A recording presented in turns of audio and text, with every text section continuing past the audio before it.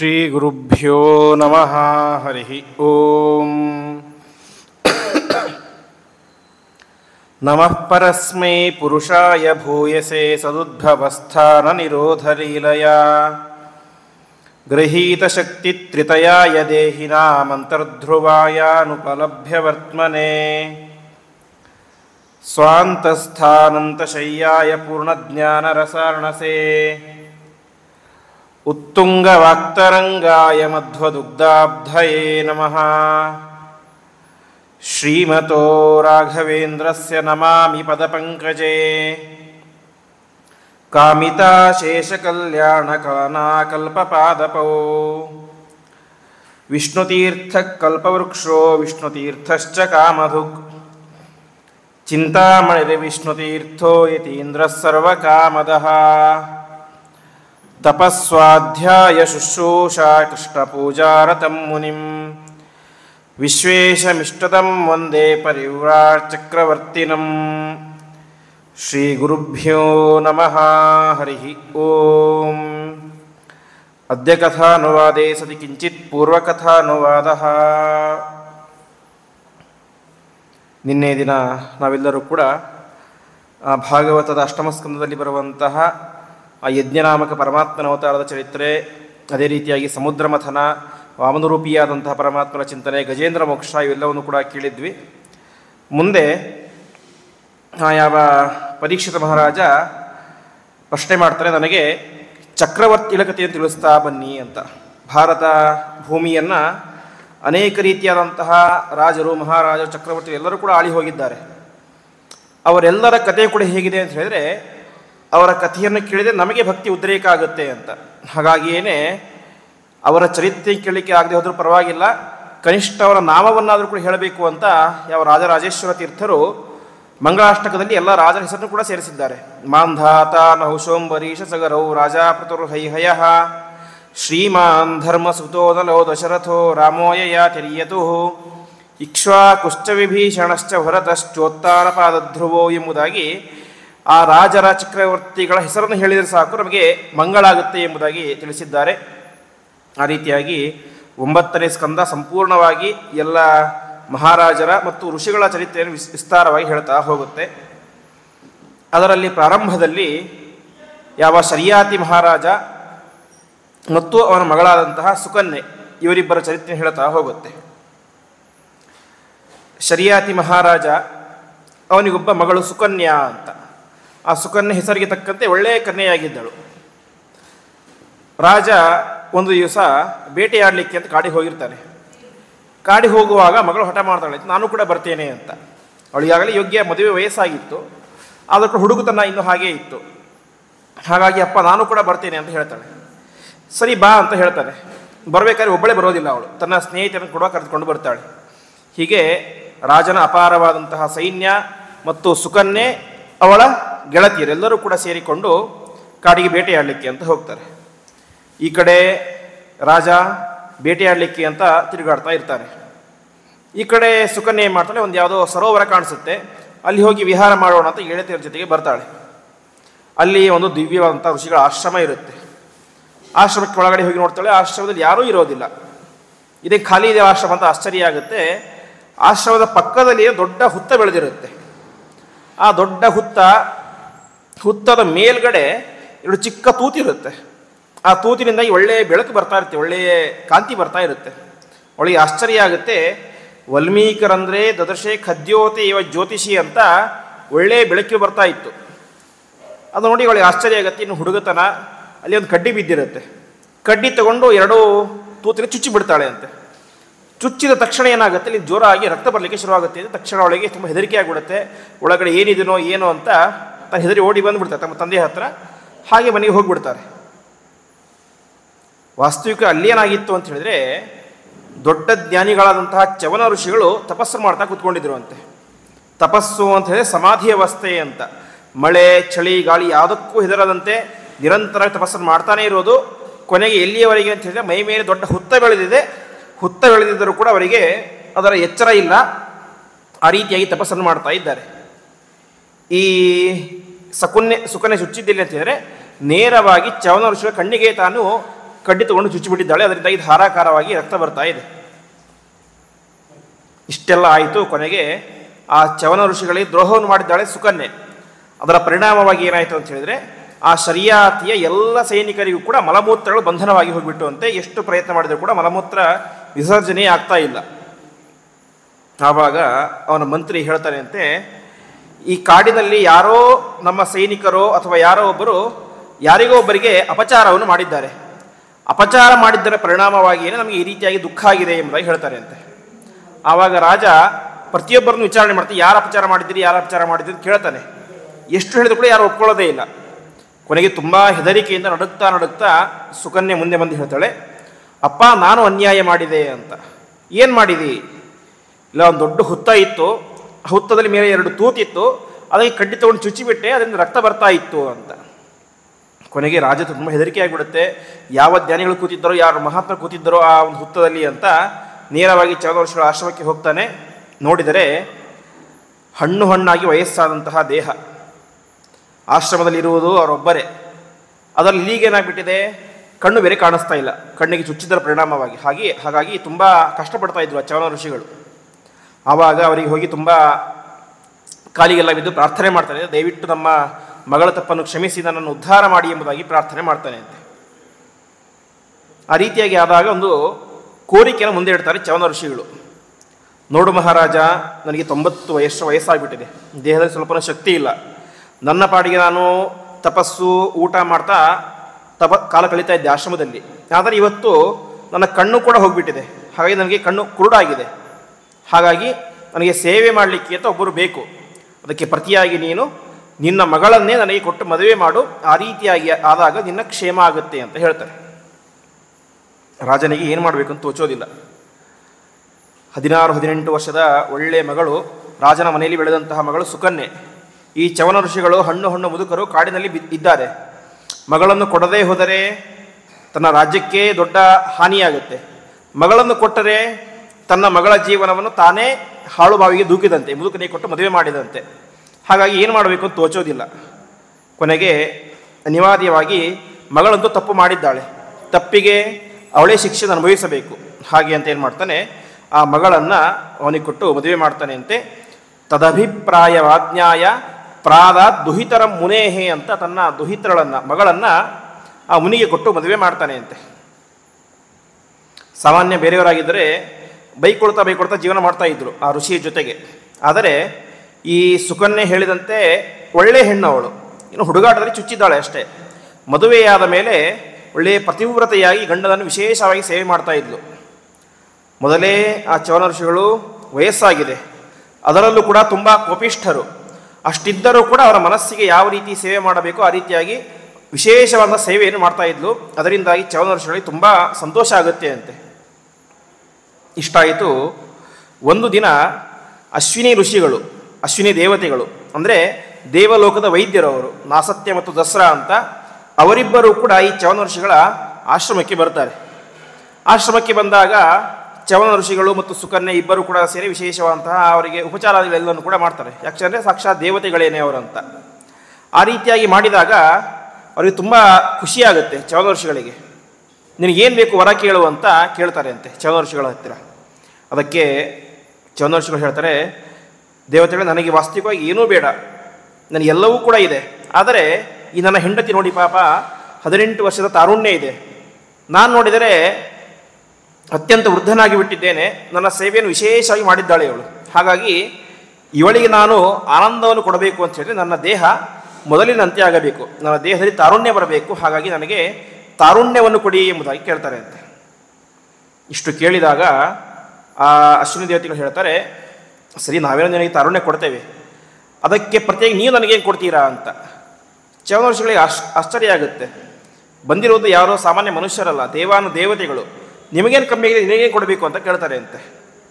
ಅದಕ್ಕೆ ಅವರು ಹೇಳ್ತಾರೆ, ದೇವತೆಗಳಿಗೆ ಪ್ರತಿಯೊಬ್ಬರೂ ಕೂಡ ಹೋಮವನ್ನು ಮಾಡುವಾಗ ಸೋಮ ರಸವನ್ನು ಹಾಕ್ತಾರೆ. ಹಿಂದಿನ ಕಾಲದಲ್ಲಿದ್ದಂತಹ ನಿಯಮ ಸೋಮಯಾಗ ಅಂತ, ಒಂದು ಒಳ್ಳೆ ಬಳ್ಳಿ ಸಿಗ್ತಾ ಇತ್ತು ಸೋಮಲತೆ ಅಂತ, ಅದರ ರಸವನ್ನು ಆಹುತಿಯನ್ನಾಗಿ ಹಾಕ್ತಾ ಇದ್ರು. ಅದು ಪ್ರತಿಯೊಬ್ಬ ದೇವತೆಗಳಿಗೂ ಅದರಲ್ಲಿ ಆಹುತಿ ಇದೆ, ಇಬ್ಬರಿಗೆ ಮಾತ್ರ ಇಲ್ಲ. ಯಾರಿಗೆ? ಈ ಅಶ್ವಿನಿ ದೇವತೆಗಳಿಗೆ ಅದಕ್ಕೆ ಅಧಿಕಾರ ಇಲ್ಲ. ಹಾಗಾಗಿ ನೀನು ಒಂದು ವೇಳೆ ನಮಗೆ ಸೋಮಪಾನವನ್ನು ಮಾಡಿಸಿದರೆ ನಾನು ನಿಮಗೆ ಅದು ಕೊಡ್ತೇವೆ ಅಂತ, ತಾರುಣ್ಯ ಕೊಡ್ತೇವೆ ಅಂತ. ಸರಿ, ಅವಶ್ಯವಾಗಿ ನಾನು ಅದನ್ನು ವ್ಯವಸ್ಥೆ ಮಾಡ್ತೀನಿ ಅಂತ ಹೇಳ್ತಾರೆ ಅಂತೆ. ಮುಂದೆ ಏನಾಗುತ್ತೆ, ಚವನ ಋಷಿಗಳಿಗೆ ತಾರುಣ್ಯವನ್ನು ಕೊಡಬೇಕು. ಅದಕ್ಕೇನು ಮಾಡಿದರು, ಆ ಚವನ ಋಷಿಗಳ ಆಶ್ರಮದಲ್ಲಿಯೇ ಒಂದು ದೊಡ್ಡ ಸರೋವರ ಇತ್ತು. ಆ ಸರೋವರದಲ್ಲಿ ವಿಶೇಷವಾದಂಥ ಗಿಡಮೂಲಿಕೆ ಎಲ್ಲವನ್ನು ಕೂಡ ಹಾಕ್ತಾರೆ. ಹಾಕಿಕೊಂಡು ಚವನ ಋಷಿಗಳ ಬಲಗೈಯನ್ನು ನಾಸತ್ಯ ಹಿಡ್ಕೊಳ್ತಾನೆ, ಚವನ ಋಷಿಗಳ ಎಡಗೈಯನ್ನು ದಸ ಹಿಡ್ಕೊಳ್ತಾನೆ. ಆ ರೀತಿಯಾಗಿ ಇಬ್ಬರು ಕೂಡ ಕೈ ಹಿಡಿದುಕೊಂಡು ಒಟ್ಟಿಗೆ 3 ಜನ ಆ ಸರೋವರದಲ್ಲಿ ಮುಳುಗ್ತಾರಂತೆ. ಮುಳುಗಿ ಹೇಳ್ತಾರೆ, ಎದ್ದ ತಕ್ಷಣ ಇದನ್ನು ನೋಡ್ತಾ ಇರುವಂತಹ ಸುಕನ್ಯೆಗೆ ಭಾರಿ ಆಶ್ಚರ್ಯ ಆಗಿಬಿಡುತ್ತೆ ಅಂತೆ. ಯಾಕೆ ಅಂತ ಹೇಳಿದರೆ 3 ಜನ ಮೇಲೆದ್ದು ಬಂದಿದ್ದಾರೆ, ಇದರಲ್ಲಿ ತನ್ನ ಗಂಡ ಯಾರು ಚವನ ಋಷಿಗಳು ಯಾರಂತ ಗೊತ್ತಾಗ್ತಾ ಇಲ್ಲ ಅಂತೆ. ಆ ರೀತಿಯ ತಾರುಣ್ಯ ಬಂದ್ಬಿಟ್ಟಿತ್ತು. ಕೊನೆಗೆ ಅವಳು ಪ್ರಾರ್ಥನೆ ಮಾಡ್ತಾರೆ, ದಯವಿಟ್ಟು ನನ್ನ ಗಂಡ ಯಾರು ಅಂತ ತೋರಿಸಿಕೊಡಿ ಅಂತ. ಆವಾಗ ತನ್ನ ಗಂಡನನ್ನು ಕೊಡ್ತಾರೆ ಅಂತೆ, ಅವರಿಗೆ ಸಮರ್ಪಣೆ ಮಾಡ್ತಾರೆ. ಮುಂದೆ ಹೇಳ್ತಾರೆ, ನೀವು ನನಗೆ ಅಮೃತ ಸೋಮರಸನ ಪಾನ ಮಾಡಲಿಕ್ಕೆ ಅನುಕೂಲ ಮಾಡಿಕೊಡಬೇಕು ಅಂತ. ಅವಶ್ಯವಾಗಿ ನಾನು ಮಾಡ್ತೇನೆ ಅಂತ ಚವನ ಋಷಿಗಳು ಹೇಳ್ತಾರೆ. ಇಷ್ಟೆಲ್ಲ ಆಯಿತು, ಕೆಲವು ದಿವಸ ಆಯಿತು. ಈ ಕಡೆ ಮದುವೆಯಾದ ಮೇಲೆ ಶರಿಯಾತಿ ರಾಜ ಒಂದು ಸಲ ಕೂಡ ಮಗಳನ್ನ ನೋಡ್ಲಿಕ್ಕೆ ಬಂದಿದ್ದಿಲ್ಲ ಅಂತೆ. ಈಗ ಬರ್ತಾನೆ ನೋಡಲಿಕ್ಕೆ ಅಂತ, ಮಗಳು ಹೇಗಿದ್ದಾಳೆ, ಕಾಡಿನಲ್ಲಿ ಇದ್ದಾಳೆ, ಅದು ಕೂಡ ವಯಸ್ಸಾದಂತಹ ಋಷಿ ಬೇರೆ, ಹೇಗೆ ಜೀವನ ಮಾಡ್ತಾ ಇದ್ದಾಳೆ ಏನು ಅಂತ ನೋಡಲಿಕ್ಕೆ ಅಂತ ಬರ್ತಾನೆ ಅಂತೆ. ಬಂದ ತಕ್ಷಣವೇ ಅವನಿಗೆ ಆಶ್ಚರ್ಯ ಆಗಿಬಿಡುತ್ತೆ. ಚಿಕೀರ್ಷಿತಂತೆ ಕಿಮಿದಂ ಪತಿಸ್ತ್ವಯ ಪ್ರಲಂಬಿತೋ ಲೋಕ ನಮಸ್ಕೃತೋ ಮುನಿಹಿ ಅಂತ ಬೈತಾನೆ ಅಂತೆ. ಎಂತಹ ಅನಾಚಾರ ಮಾಡ್ತಾ ಇದ್ದೀಯಾ ನೀನು ಅಂತ. ಇಡೀ ಜಗತ್ತಿನ ಶ್ರೇಷ್ಠನಾದಂತಹ ಮುನಿ ನಿನಗೆ ಗಂಡನಾಗಿದ್ದಾನೆ, ನೀನು ನೋಡಿದ್ರೆ ಏನು ಮಾಡ್ತಾ ಇದ್ದೀಯಾ, ಯಾರೋ ಪರಪುರುಷನ ಜೊತೆ ಸಂಘ ಮಾಡ್ತಾ ಇದ್ದೀಯಾ ಅಂತ ಅನ್ಕೊಂಡ್ಬಿಡ್ತಾನೆ ಅಂತೆ. ವಾಸ್ತವಿಕವಾಗಿದ್ದೇನು, ಚವನ ಋಷಿಗಳಿಗೇನೆ ವಿಶೇಷ ತಾರುಣ್ಯ ಬಂದಿತ್ತು. ಹಾಗಾಗಿ ಹುಡುಗನಂತ ವಯಸ್ಸು ಬಂದಿತ್ತು. ಆ ಹುಡುಗನನ್ನು ನೋಡಿ ಇವರೇನು ಅನ್ಕೊಂಡ, ಮಾವ ಇವನ್ಯಾರೋ ಬೇರೆ ಪುರುಷ ಇರ್ಬೇಕಂತ ಅನ್ಕೊಂಡ. ಆವಾಗ ಆ ಸುಕನ್ಯೆ ಹೇಳ್ತಾಳೆ, ಅಪ್ಪ ಇವರು ಬೇರೆ ಯಾರೋ ಪರಪುರುಷ ಅಲ್ಲ, ಇವನು ನಿನ್ನ ಗಂಡನಾದಂತಹ ನಿನ್ನ ಅಳಿಯನಾದಂತಹ ಚವನ ಋಷಿಗಳೇ ಆಗಿದ್ದಾರೆ ಎಂಬುದಾಗಿ ಎಲ್ಲ ವಿಚಾರವನ್ನು ತಿಳಿಸ್ತಾಳೆ ಅಂತೆ. ಈ ರೀತಿಯಾಗಿ ತಿಳಿಸಿದಾಗ ರಾಜನಿಗೆ ತುಂಬ ಸಂತೋಷ ಆಗಿಬಿಡುತ್ತೆ ಅಂತೆ. ವಾಸ್ತವಿಕವಾಗಿ ಎಷ್ಟೇ ದೊಡ್ಡ ಋಷಿಯಾದರೂ ಕೂಡ ಮನಸ್ಸಿನ ಒಂದು ರೀತಿಯಾದಂಥ ಬೇಸರ ಇತ್ತು. ಹೋಗಿ ಮಗಳನ್ನು ಋಷಿ ಕೊಟ್ಟು ಬಿಟ್ಟೆ, ಅದರಲ್ಲೂ ವಯಸ್ಸಾದಂತಹ ಋಷಿ ಅಂತ. ಆದರೆ ಯಾವಾಗ ತನ್ನ ಅಳಿಯ ತನ್ನ ತಪಸ್ಸಿನ ಪ್ರಭಾವದಿಂದಾಗಿ ಒಳ್ಳೆಯ ತಾರುಣ್ಯ ಸಂಪಾದನೆ ಮಾಡಿದ್ದಾನೆ ಅದು ಗೊತ್ತಾಯಿತು, ಅವನಿಗೆ ತುಂಬ ಸಂತೋಷ ಆಗುತ್ತೆ ಅಂತೆ. ಈ ರೀತಿಯಾಗಿ ವೈಭವದಿಂದ ಜೀವನ ಮಾಡ್ತಾ ಶುರು ಮಾಡಿದರು. ಇಷ್ಟೆಲ್ಲ ಆಯಿತು. ಇನ್ನೂ ಚವನ ಋಷಿಗಳಿಗೆ ಏನು ಕೊಟ್ಟಿಲ್ಲ, ಸೋಮರಸವನ್ನು ಕೊಟ್ಟಿಲ್ಲ. ಒಂದು ದಿವಸ ಶರಿಯಾತಿ ರಾಜ ತನ್ನ ಮನೆಯಲ್ಲಿ ದೊಡ್ಡ ಯಾಗವನ್ನು ಮಾಡ್ತಾನೆ ಅಂತೆ. ಆ ಯಾಗಕ್ಕೆ ಪುರೋಹಿತರು ಯಾರು ಅಂತ ಹೇಳಿದ್ರೆ ತನ್ನ ಅಳಿಯನಾದಂತಹ ಚವನ ಋಷಿಗಳೇನೇ ಪುರೋಹಿತರು. ಆ ರೀತಿಯಾಗಿ ಬರ್ತಾರೆ. ಆ ಸಂದರ್ಭದಲ್ಲಿ ಚವನ ಋಷಿಗಳು ಏನು ಮಾಡ್ತಾರೆ, ಆ ಅಶ್ವಿನಿ ದೇವತೆಗಳನ್ನು ಆ ಹೋಮಕ್ಕೆ ಅಂತ ಕರೆದು ಅದರಲ್ಲಿ ವಿಶೇಷವಾಗಿ ಏನು ಮಾಡ್ತಾರೆ, ಸೋಮರಸವನ್ನು ಅವರಿಗೆ ಆಹುತಿಯನ್ನಾಗಿ ಕೊಡ್ತಾರೆ ಅಂತೆ. ಕೊಟ್ಟಾಗ ಏನಾಗುತ್ತೆ, ದೇವೇಂದ್ರ ಬರ್ತಾನೆ ಅಂತೆ. ದೇವೇಂದ್ರ ಬಂದು ಹೇಳ್ತಾನೆ, ಈ ಚವನ ಋಷಿಗಳಿಗೆ ಸೋಮರಸ ಪಾನ ಮಾಡಲಿಕ್ಕೆ ಯೋಗ್ಯತೆ ಇಲ್ಲ, ಹಾಗಾಗಿ ಕೊಡಬಾರದು ಅಂತ ತಡಿಲಿಕ್ಕೆ ಬರ್ತಾನೆ. ಆ ಸಂದರ್ಭದಲ್ಲಿ ಚವನ ಋಷಿಗಳಿಗೆ ಯಾವ ರೀತಿಯಾದ ಮಂತ್ರಶಕ್ತಿ ಇತ್ತು ಅಂತ ಹೇಳಿದ್ರೆ, ತಮ್ಮ ಮಂತ್ರಶಕ್ತಿಯಿಂದಾಗಿ ಸಾಕ್ಷಾತ್ ದೇವೇಂದ್ರನನ್ನೇ ತಡೀತಾರೆ ಅಂತೆ. ತಡೆದು ಅವರಿಗೆ ಸೋಮರಸಕ್ಕೆ ಆಹುತಿನ ಕೊಡ್ತಾರೆ. ಈ ರೀತಿಯಾಗಿ ಮುಂದಿನ ಯಜ್ಞಗಳಲ್ಲೆಲ್ಲವೂ ಕೂಡ ಅಶ್ವಿನಿ ದೇವತೆಗಳಿಗೂ ಕೂಡ ಹೋಮವನ್ನು ಆಹುತಿಯನ್ನು ಹಾಕುವಂತಹ ಸಂಪ್ರದಾಯ ಬಂತು. ಇದಕ್ಕೆಲ್ಲ ಪ್ರಧಾನ ಕಾರಣ ಏನು ಅಂತ ಹೇಳಿದ್ರೆ, ಆ ಚವನ ಋಷಿಗಳ ತಪಸ್ಸು. ತಮ್ಮ ತಪಸ್ಸಿನಿಂದಾಗಿ ಒಳ್ಳೆಯ ತಾರುಣ್ಯವನ್ನು ಪಡೆದುಕೊಂಡರು. ತಮ್ಮ ತಪಸ್ಸಿನಿಂದಾಗಿ ಯಜ್ಞದ ಒಂದು ಪರಿಕಲ್ಪನೆಯಲ್ಲೇನೇ ಒಂದು ಬದಲಾವಣೆಯನ್ನು ತಂದರು. ಈ ರೀತಿಯಾಗಿ ಚವನ ಋಷಿಗಳ ಚರಿತ್ರೆಯನ್ನು ಹೇಳಿ ಮುಂದೆ ವೈವಸ್ವತ ಮನುವಿನ ಚರಿತ್ರೆಯನ್ನು ಹೇಳ್ತಾ ಹೋಗ್ತಾರೆ. ವೈವಸ್ವತ ಮನು, ನಾವು ಇರುವಂತಹ ಈ ಮನ್ವಂತರದ ಅಧಿಪತಿ. ಆ ವೈವಸ್ವತ ಮನುವಿಗೆ ಒಟ್ಟು 10 ಜನ ಮಕ್ಕಳು, ಅದರಲ್ಲಿ ಒಬ್ಬ ನಾಭಾಗ ಅಂತ. ನಾಭಾಗ ಹಿಂದೆ ಹೇಳಿದಂತೆ 10 ಜನ ಅಣ್ಣ ತಮ್ಮಂದಿರು, ಅವರಲ್ಲಿ ಕೊನೆಯವನು ನಾಭಾಗ ಅಂತ.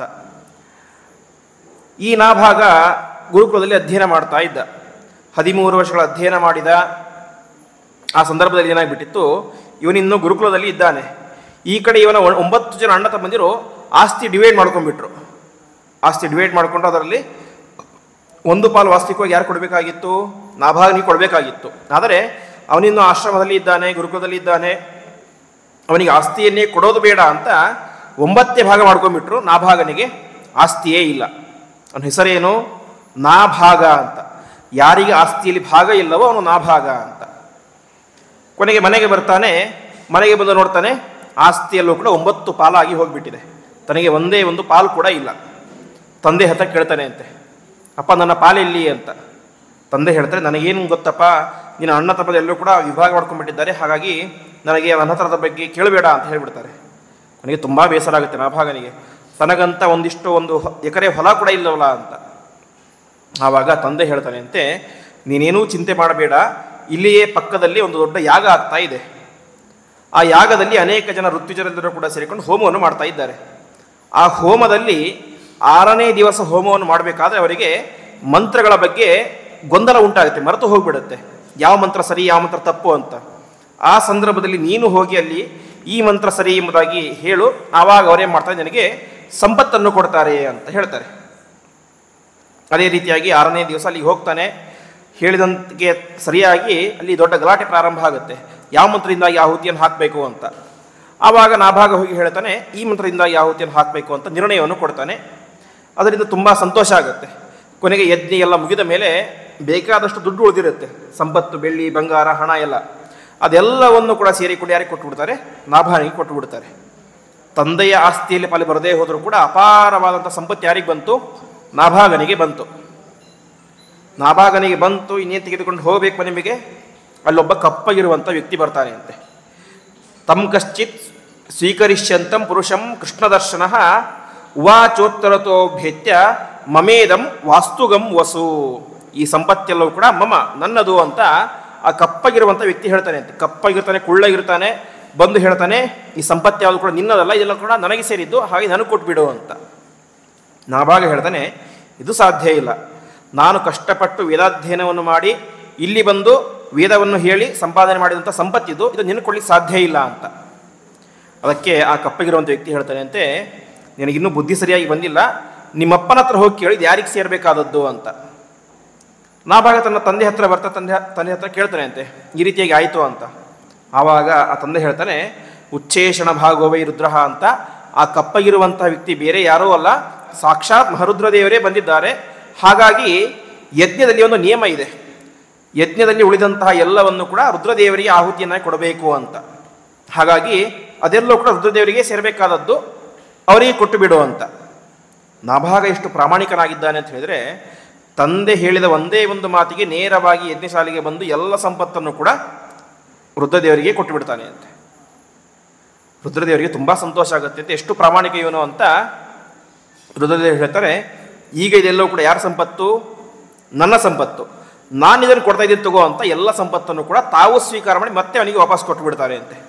ಈ ರೀತಿಯಾಗಿ ಹೇಳಿದಾಗ ಯಾವ ನಾಭಾಗನಿಗೆ ತುಂಬ ಸಂತೋಷ ಆಗುತ್ತೆ ಅಂದರೆ, ಈ ರೀತಿಯಾಗಿ ನಾಭಾಗನಿಗೆ ಇಷ್ಟು ಸಂಪತ್ತು ಸಿಕ್ಕಿದ್ದರ ಹಿನ್ನೆಲೆ ಏನಂತ ಹೇಳಿದ್ರೆ, ಅದು ಅವನ ಪ್ರಾಮಾಣಿಕತೆ.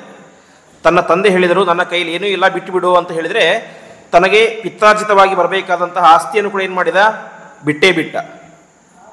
ಮುಂದೆ ಇನ್ನೊಂದು ಸಲ ತಂದೆ ಹೇಳಿದ, ಅದೆಲ್ಲವೂ ಕೂಡ ರುದ್ರದೇವರಿಗೆ ಸೇರಬೇಕಾದದ್ದು ಅಂತ. ಆ ರೀತಿಯಾಗಿ ಹೇಳಿದಾಗ ಏನು ಮಾಡಿದ, ಪ್ರಾಮಾಣಿಕತೆಯಿಂದ ಇದು ನನ್ನದಲ್ಲ, ಇದು ರುದ್ರದೇವರದು ಅಂತ ಬಿಟ್ಟೇ ಬಿಟ್ಟ. ಯಾವಾಗ ರುದ್ರದೇವರು ತಾವಾಗಿಯೇ ಕೊಟ್ಟರು ಅದನ್ನು ಸ್ವೀಕಾರ ಮಾಡ್ತಾನೆ ಅಂತೆ. ಈ ರೀತಿಯಾಗಿ ಸ್ವೀಕಾರ ಮಾಡಿದಾಗ ರುದ್ರದೇವರು ಅವನಿಗೆ ಸಂಪತ್ತನ್ನು ಕೊಟ್ಟರು. ಅಷ್ಟು ಮಾತ್ರ ಅಲ್ಲ, ವಿಶೇಷವಾಗಿ ಪರಮಾತ್ಮನ ತತ್ವದ ಉಪದೇಶವನ್ನು ಮಾಡಿದರು ಅಂತೆ.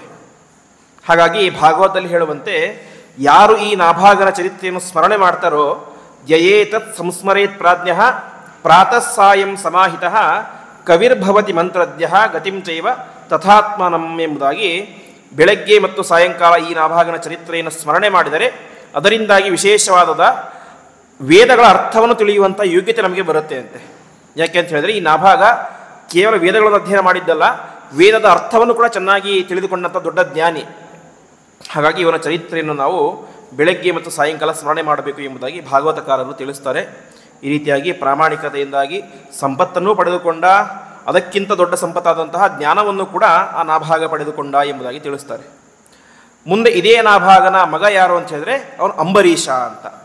ನಾಭಾಗನದ್ದೇ ಒಂದು ದೊಡ್ಡ ಚರಿತ್ರೆಯಾದರೆ ಅದನ್ನು ಮೀರಿಸುವಂಥ ದೊಡ್ಡ ಚರಿತ್ರೆ ಅದು ಅಂಬರೀಷ ಚಕ್ರವರ್ತಿಯದ್ದು. ತಂದೆಯಂತೆ ಅಂಬರೀಷನು ಕೂಡ ಅತ್ಯಂತ ಪರಮಧಾರ್ಮಿಕ ವ್ಯಕ್ತಿಯಾಗಿದ್ದ. ಇಲ್ಲಿಯವರೆಗೆ ಅಂತ ಹೇಳಿದರೆ ಭಾಗವತದಲ್ಲಿ ಹೇಳುವಂತೆ, ಸವೈಮನ ಕೃಷ್ಣ ಪದಾರವಿಂದಯೋ ವಚಾಂಸಿ ವೈಕುಂಠ ಗುಣಾನುವರ್ಣನೆ ಕರೋ ಹರೇರ್ ಮಂದಿರ ಮಾರ್ಜನಾದಿಶು ಶ್ರುತಿಂಚಕಾರ ಅಚ್ಯುತ ಸತ್ಕತೋದಯೇ ಅಂತ. ಎಷ್ಟು ದೊಡ್ಡ ಚಕ್ರವರ್ತಿಯಾಗಿದ್ದರೂ ಕೂಡ ಪ್ರತಿನಿತ್ಯ ತಾನು ದೇವಸ್ಥಾನಕ್ಕೆ ಹೋಗಿ ಕಸ ಗುಡಿಸುವಂಥ ಕೆಲಸವನ್ನು ಮಾಡ್ತಾ ಇದ್ದ ಅಂಬರೀಷ.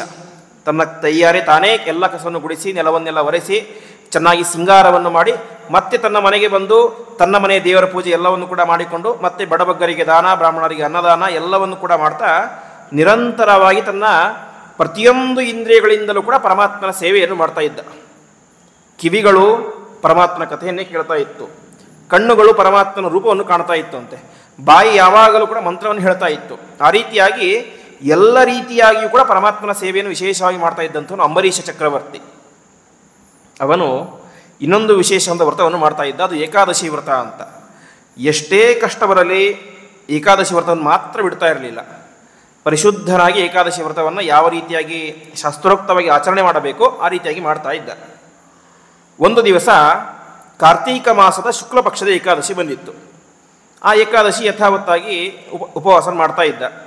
ಉಪವಾಸ ಎಲ್ಲವನ್ನು ಕೂಡ ಮಾಡಿದ, ರಾತ್ರಿ ಜಾಗರಣೆ ಮಾಡಿದ. ಮರುದಿವಸ ಬೆಳಗ್ಗೆ ಸಮಯ ಆಯಿತು, ಮನೆಗೆ ಅನೇಕ ಜನ ಬ್ರಾಹ್ಮಣರು ಊಟಕ್ಕೆಂದು ಕರೆದಿದ್ದಾನೆ, ಅವರಿಗೆ ತೀರ್ಥ ಕೊಟ್ಟು ಊಟಕ್ಕೆ ಕೂಡಿಸಿದ್ದಾನೆ. ಇನ್ನೇನು ತಾನು ತೀರ್ಥವನ್ನು ಸ್ವೀಕಾರ ಮಾಡಿ ಊಟ ಮಾಡಬೇಕು. ತಕ್ಷಣ ಅಲ್ಲಿಗೆ ಯಾರು ಬಂದರು ಅಂತ ಹೇಳಿದರೆ, ತಸ್ಯ ತದ್ಯದಿತಿ ಸಾಕ್ಷಾತ್ ದೂರ್ವಾಸಃ ಭಗವಾನ್ ಭವತ್ ಎಂಬುದಾಗಿ ಸಾಕ್ಷಾತ್ ದೂರ್ವಾಸ ಋಷಿಗಳು ಬಂದರಂತೆ. ರುದ್ರದೇವರ ಅಂಶ ಸಂಭೂತರಾದಂಥ ಯಾವ ದುರ್ವಾಸರು ಬರ್ತಾರೆ. ದುರ್ವಾಸರು ಬಂದು ಹೇಳ್ತಾರೆ, ನಾನು ಇವತ್ತು ಉಪವಾಸದಿಂದ ಬಂದಿದ್ದೇನೆ, ನಿನ್ನ ಮನೆಯಲ್ಲಿ ನಮ್ಮ ಊಟ ಆಗಬೇಕು ಎಂಬುದಾಗಿ ಹೇಳ್ತಾರೆ. ಸರಿ, ಅವಶ್ಯ ಮಾಡ್ತೇನೆ ಅಂತ. ಹಾಗಾದರೆ ನಾನು ಸ್ನಾನ ಮಾಡಿ ಬರ್ತೇನೆ, ಆಮೇಲೆ ಊಟ ಮಾಡ್ತೇನೆ ಅಂತ ಹೇಳ್ತಾರೆ ಅಂತೆ.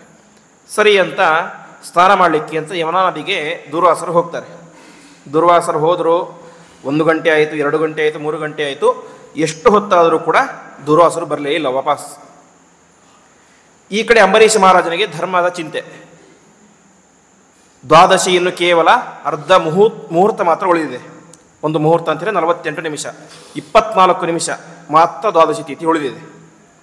ದ್ವಾದಶಿ ತಿಥಿಯನ್ನು ಮೀರಿ ಪಾಲನೆ ಮಾಡಿದರೆ ಅದರಿಂದ ಪಾಪ ಸಂಚಯ ಆಗುತ್ತೆ. ದೂರ್ವಾಸರನ್ನು ಬಿಟ್ಟು ಊಟ ಮಾಡಿದರೆ ಅದರಿಂದಲೂ ಪಾಪ ಬರುತ್ತೆ. ದೂರ್ವಾಸರನ್ನು ಬಿಡದೆ ನಾನು ಹಾಗೆ ಅವ್ರು ಬಂದ ಮೇಲೆ ಊಟ ಮಾಡಿದರೆ ದ್ವಾದಶಿ ತಿಥಿಯನ್ನು ಮೀರಿದ ರೀತಿ ಆಗುತ್ತೆ. ಹಾಗಾಗಿ ಏನು ಮಾಡಬೇಕು ಅಂತ ತೋಚೋದಿಲ್ಲ. ಆವಾಗ ಏನು ಮಾಡ್ತಾರೆ, ಅಲ್ಲಿ ಅನೇಕ ಜನ ಬ್ರಾಹ್ಮಣರು ಬಂದಿರ್ತಾರೆ. ಅವ್ರನ್ನ ಕುರಿತು ಕೇಳ್ತಾನೆ ಅಂತೆ, ನಾನು ಈ ಊಟ ಮಾಡಬೇಕಾ ಮಾಡಬಾರ್ದಾ ಅಂತ. ಧರ್ಮಶಾಸ್ತ್ರದ ನಿಯಮವನ್ನು ಹೇಳಿದ್ದಾರೆ. ಇಂತಹ ಸಂದಿಗ್ಧ ಪರಿಸ್ಥಿತಿಗಳು ಬಂದಾಗ ಏನು ಮಾಡಬೇಕು ಅಂತ ಹೇಳಿದ್ರೆ 10 ಜನ ಬ್ರಾಹ್ಮಣರನ್ನು ಕೇಳಬೇಕು ಅಂತೆ. ಯೋಗ್ಯರಾದಂತಹ ಧರ್ಮಶಾಸ್ತ್ರ ತಿಳಿದಂತಹ ಬ್ರಾಹ್ಮಣರ ಹತ್ರ ಕೇಳಬೇಕು. ಅವ್ರೇನು ಹೇಳ್ತಾರೋ ಅದೇ ಅವತ್ತು ಧರ್ಮಶಾಸ್ತ್ರ ಅಂತ. ಆ ರೀತಿಯಾಗಿ ಮನೆಯಲ್ಲಿ ಒಬ್ಬರಲ್ಲ ಇಬ್ಬರಲ್ಲ ಅನೇಕ ಜನ ಬ್ರಾಹ್ಮಣರು ಬಂದಿದ್ದಾರೆ ಭೋಜನಕ್ಕೆ ಅಂತ. ಎಲ್ಲರನ್ನು ಕೂಡ ಕುರಿತು ಕೇಳ್ತಾನೆ ಅಂತೆ. ಎಲ್ಲರೂ ಒಂದೇ ಮಾತನ್ನು ಹೇಳ್ತಾರೆ, ಅಂಬರೀಷ ನೀರು ಕುಡಿ ಅಂತ. ಯಾಕೆ ಅಂತ ಹೇಳಿದರೆ, ಅಶಿತಾ ನಶಿತಾ ಯಸ್ಮಾತ್ ಆಪೋ ವಿದ್ವದ್ಭಿರೀರಿತಾ ಅಂಬಸಾ ಕೇವಲೇನೈವ ಕರಿಷ್ಠೆ ವ್ರತಪಾರಣಂ ಅಂತ. ಯಾಕೆಂದರೆ ನೀರು ಕುಡಿದರೆ ಈ ಕಡೆ ಆಹಾರವನ್ನು ಸ್ವೀಕಾರ ಮಾಡಿದಂತೆಯೂ ಆಗುತ್ತೆ, ಮಾಡದ ರೀತಿಯೂ ಆಗುತ್ತೆ. ಯಾಕೆಂದರೆ ಅದು ನೀರು ದ್ರವ ಪದಾರ್ಥ, ಗಟ್ಟಿ ಪದಾರ್ಥ ಅಲ್ಲ.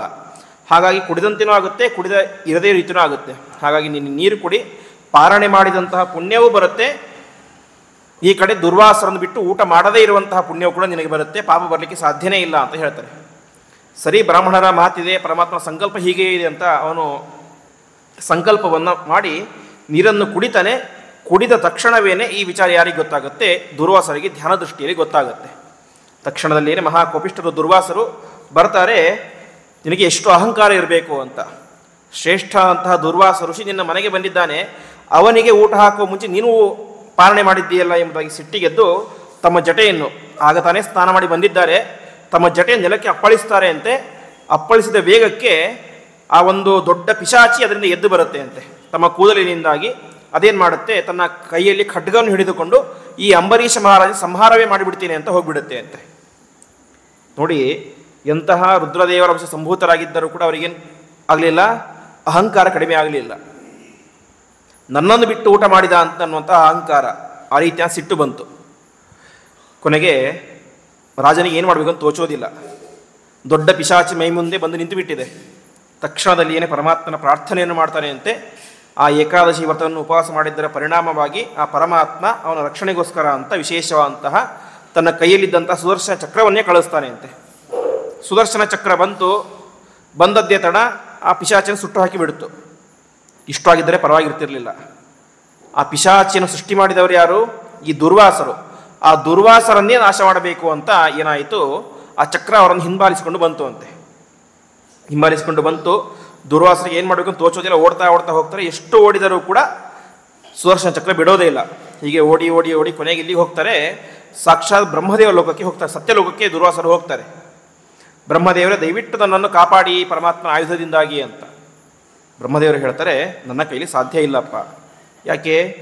ಅಹಂ ಭವೋ ದಕ್ಷ ಭೃಗುಪ್ರಧಾನಾ ಪ್ರಜೇಶ ಭೂತೇಶ ಸುರೇಶ ಮುಖ್ಯಾ ಸರ್ವೇ ವಯಂ ಯನ್ನಿಯಮಂ ಪ್ರಪನ್ನಾ ಮೂರ್ಧ್ಯರ್ಪಿತಂ ಲೋಕಹಿತಂ ವಹಾಮಹ. ನಾವೆಲ್ಲರೂ ಕೂಡ ಯಾರು? ಸರ್ವೇ ವಯಂ ಯನ್ನಿಯಮಂ ಪ್ರಪನ್ನಾ ಅಂತ ಪರಮಾತ್ಮನ ಆಜ್ಞೆಯನ್ನು ಪಾಲನೆ ಮಾಡುವಂಥ ಪರಮಾತ್ಮನ ಸೇವಕರು. ನಮಗೆ ಪರಮಾತ್ಮನ ಆಜ್ಞೆ ಅಂತ ನಡೀಬೇಕು ಹೊರತು ಪರಮಾತ್ಮನ ಆಯುಧವನ್ನೇ ನಿಗ್ರಹ ಮಾಡುವಂಥ ಸಾಮರ್ಥ್ಯ ನನಗೂ ಇಲ್ಲ, ನನಗೂ ಮಾತ್ರ ಅಲ್ಲ, ಜಗತ್ತಿನಲ್ಲಿ ಯಾರಿಗೂ ಇಲ್ಲ. ಹಾಗಾಗಿ ದಯವಿಟ್ಟು ನನ್ನನ್ನು ಬಿಟ್ಟುಬಿಡು ಅಂತ ಹೇಳ್ತಾರೆ ಅಂತೆ. ತಕ್ಷಣ ದುರ್ವಾಸರು ನೇರವಾಗಿ ಕೈಲಾಸ ಲೋಕಕ್ಕೆ ಬರ್ತಾರೆ. ತಮ್ಮದೇ ಮೂಲ ರೂಪವಾದಂತಹ ರುದ್ರದೇವರನ್ನು ಪ್ರಾರ್ಥನೆ ಮಾಡ್ತಾರೆ ಅಂತೆ, ನನ್ನನ್ನು ರಕ್ಷಣೆ ಮಾಡಿ ಅಂತ. ಇಷ್ಟು ಮಾಡಿದಾಗ ಅವರು ಹೇಳ್ತಾರೆ, ವಯಂನ ತಾತ ಪ್ರಭವಾಂನ ಭೂಮ್ನಃ ಯಸ್ಮಿನ್ ಪರೆ ಅನ್ಯಪ್ಯ ಅಜೀವಕೋಶಾಹ ಎಂಬುದಾಗಿ ನನಗೂ ಕೂಡ ಆ ರೀತಿಯ ಸಾಮರ್ಥ್ಯ ಇಲ್ಲ ಅಂತ. ನಾನು ಇಡೀ ಜಗತ್ತನ್ನೇ ಸಂಹಾರ ಮಾಡಬಹುದು ಪ್ರಳಯ ಕಾಲದಲ್ಲಿ, ಆದರೆ ಅದು ಯಾರ ಆಜ್ಞೆಯಿಂದ? ಪರಮಾತ್ಮನ ಆಜ್ಞೆಯಿಂದ. ಹಾಗಾಗಿ ಇಡೀ ಜಗತ್ತನ್ನೇ ಸಂಹಾರ ಮಾಡುವಂಥ ಶಕ್ತಿ ನನಗಿದೆ, ಆದರೆ ಪರಮಾತ್ಮನ ಆಯುಧವನ್ನು ನಿಗ್ರಹ ಮಾಡುವಂಥ ಶಕ್ತಿ ನನಗೆ ಇಲ್ಲ. ಹಾಗಾಗಿ ನನ್ನ ಕೈಯಿಂದಲೂ ಸಾಧ್ಯ ಇಲ್ಲ ಅಂತ. ಕೊನೆಗೆ ಅನಿವಾರ್ಯವಾಗಿ ಅಲ್ಲೂ ದುರ್ವಾಸರು ನೇರವಾಗಿ ಪರಮಾತ್ಮ ಹತ್ರನೇ ಹೋಗಿಬಿಡ್ತಾರೆ ಅಂತೆ. ಯಾಕೆಂದರೆ ಆಯುಧ ಬಿಟ್ಟಿದ್ದು ಪರಮಾತ್ಮ, ಅವನೇ ಕಂಟ್ರೋಲ್ ಮಾಡಬೇಕಿದನ್ನು ಅಂತ. ಹೋಗಿ ಪ್ರಾರ್ಥನೆ ಮಾಡ್ತಾರೆ, ದಯವಿಟ್ಟು ನನ್ನನ್ನು ರಕ್ಷಣೆ ಮಾಡಿ ಅಂತ. ಇಷ್ಟು ಹೇಳಿದಾಗ ಪರಮಾತ್ಮನು ಕೂಡ ಹೇಳ್ತಾನೆ, ನನ್ನ ಕೈಯಲ್ಲೂ ಸಾಧ್ಯ ಇಲ್ಲ. ಯಾಕೆ? ಅಹಂ ಭಕ್ತಪರಾಧೀನಃ ಅಸ್ವತಂತ್ರ ಇವದ್ವಿಜ ಸಾಧುಭಿ ಗಸ್ತಹೃದಯ ಭಕ್ತೈ ಭಕ್ತ ಜನಪ್ರಿಯ ಎಂಬುದಾಗಿ ನಾನು ಅಸ್ವತಂತ್ರ ಅಂತ. ದುರ್ವಾಸರಿಗೆ ಆಶ್ಚರ್ಯ ಆಗಿಬಿಡುತ್ತೆ. ಬ್ರಹ್ಮದೇವರು ಅಸ್ವತಂತ್ರರು ಸರಿ, ರುದ್ರದೇವರು ಅಸ್ವತಂತ್ರ ಸರಿ, ನೀನ್ಯಾಕೆ ಅಸ್ವತಂತ್ರ ಆಗ್ತೀಯಾ ಅಂತ. ನೀನು ಪರಮ ಸ್ವತಂತ್ರನಾದಂತಹ ವ್ಯಕ್ತಿ ಅಂತ. ಅದಕ್ಕೆ ಪರಮಾತ್ಮ ಹೇಳ್ತಾನೆ, ಇಲ್ಲ, ನಾನು ಕೂಡ ಒಬ್ಬರ ಅಧೀನನಾಗಿದ್ದೇನೆ ಅಂತ. ಯಾರ ಅಧೀನ? ನಾನು ಭಕ್ತರ ಅಧೀನ ಅಂತೆ. ಎಲ್ಲ ಭಕ್ತರು ಕೂಡ ಸೇರಿಕೊಂಡು ನನ್ನನ್ನು ಸಾಧುಭಿ ಗ್ರಸ್ತ ಹೃದಯ ಅಂತ ಅವರ ಭಕ್ತಿ ಎಂಬಂತಹ ದಾರದಿಂದ, ಹಗ್ಗದಿಂದ ನನ್ನನ್ನು ಕಟ್ಟಿ ಹಾಕಿಬಿಟ್ಟಿದ್ದಾರೆ. ಹಾಗಾಗಿ ಭಕ್ತರು ಹೇಗೆ ಹೇಳ್ತಾರೋ ನಾನು ಹಾಗಿರ್ತೇನೆ. ಹಾಗಾಗಿ ಅವರೇನು ಮಾಡ್ತಾರೆ, ಏ ದಾರ ಗಾರ ಪುತ್ರಾಪ್ತಾನ್ ಪ್ರಾಣಾನ್ ವಿತ್ತಮಿಮಂ ಪರಂ ಎಂಬುದಾಗಿ ತಮ್ಮ ಇಡೀ ಸರ್ವಸ್ವವನ್ನೇ ನನಗೋಸ್ಕರ ಸಮರ್ಪಣೆ ಮಾಡಿಕೊಂಡು ಬಿಟ್ಟಿರ್ತಾರೆ. ಹಾಗಾಗಿ ಅವರನ್ನು ಬಿಟ್ಟು ನಾನಿರಲಿಕ್ಕೆ ಸಾಧ್ಯ ಇಲ್ಲ.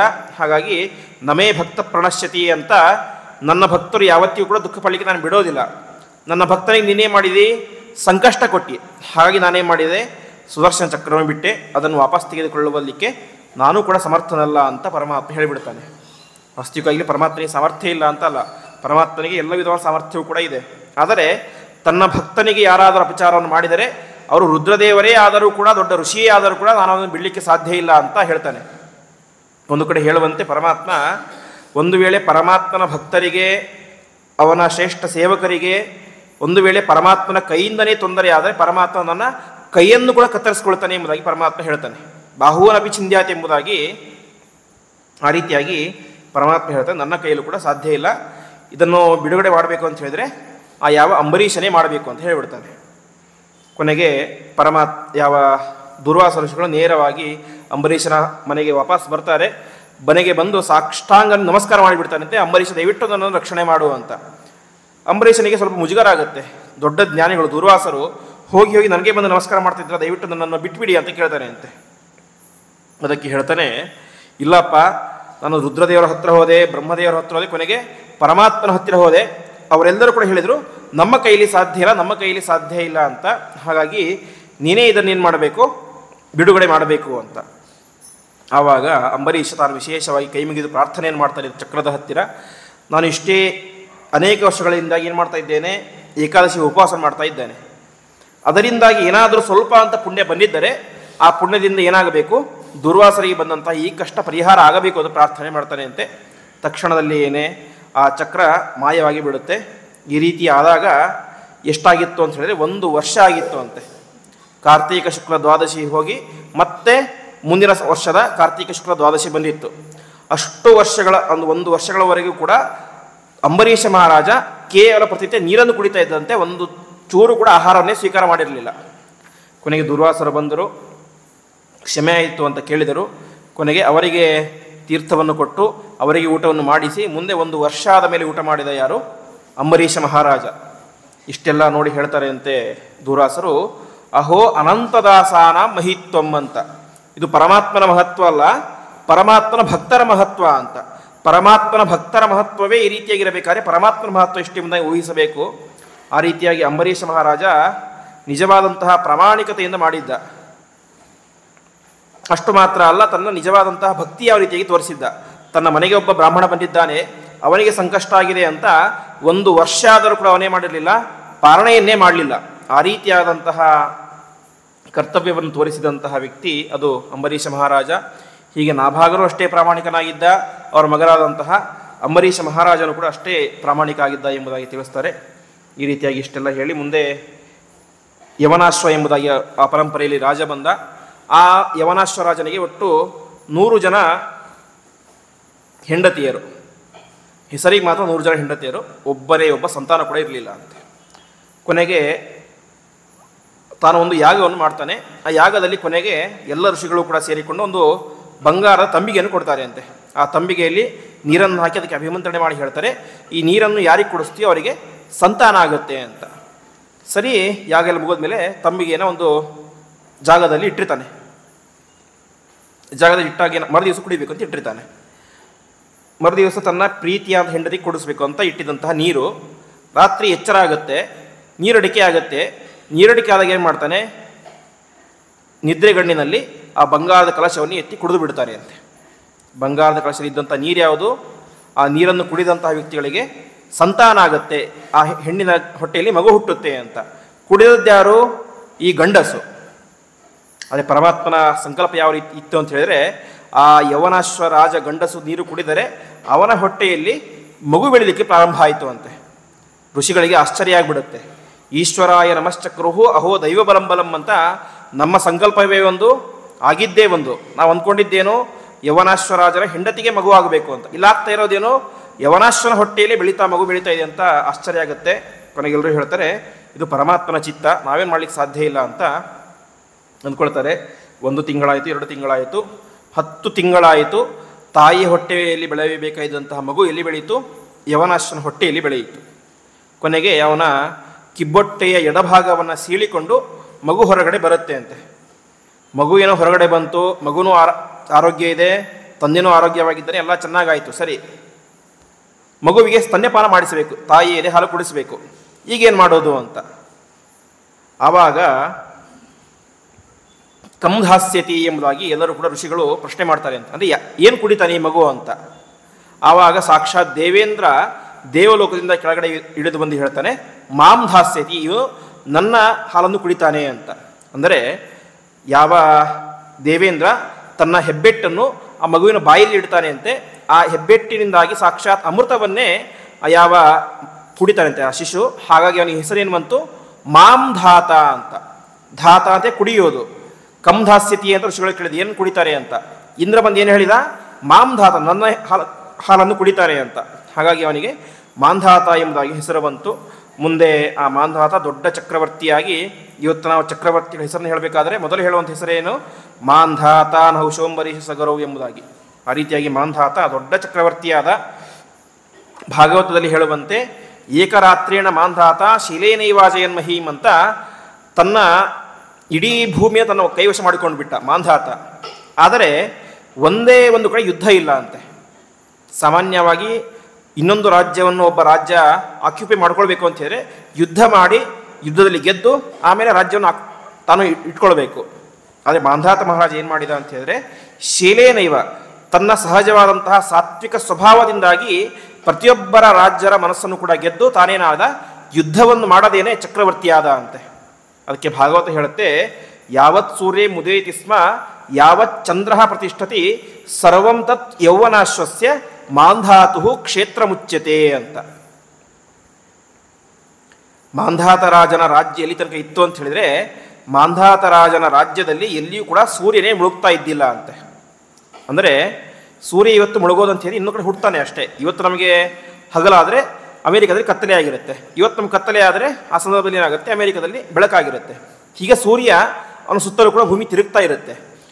ಈ ಮಾಂಧಾತ ರಾಜನ ರಾಜ್ಯದಲ್ಲಿ ಸೂರ್ಯನೇ ಮುಳುಗ್ತಾ ಇರಲಿಲ್ಲ ಅಂತ ಹೇಳಿದ್ರೆ ಎಲ್ಲ ಕಡೆಯೂ ಕೂಡ ಏನಿತ್ತು, ಮಾಂಧಾತ ರಾಜನ ರಾಜ್ಯವೇ ಇತ್ತು ಅಂತೆ. ಇಲ್ಲೂ ಮುಳುಗಿದರೆ ಇನ್ನೊಂದು ಕಡೆ ಹುಡ್ತಾ ಇದ್ದ. ಹಾಗಾಗಿ ಇಡೀ ಭೂಮಂಡಲವೇನೆ ಮಾಂಧಾತ ಚಕ್ರವರ್ತಿಯ ಕೈಯಲ್ಲಿ ಇತ್ತು. ಆ ರೀತಿಯಾಗಿ ದಿವ್ಯವಾಗಿ ರಾಜ್ಯಭಾರವನ್ನು ಮಾಡ್ತಾ ಇದ್ದ. ಈ ಮಾಂಧಾತ ರಾಜನಿಗೆ ಒಟ್ಟು 50 ಜನ ಹೆಣ್ಣು ಮಕ್ಕಳಂತೆ. ಮಾಂಧಾತ ರಾಜ 50 ಜನ ಹೆಣ್ಣು ಮಕ್ಕಳು. ಆ ಸಂದರ್ಭದಲ್ಲಿ ಏನಾಯಿತು, ಅವನ ರಾಜ್ಯದಲ್ಲಿ ಒಬ್ಬ ತಪಸ್ವಿ ಇದ್ದ.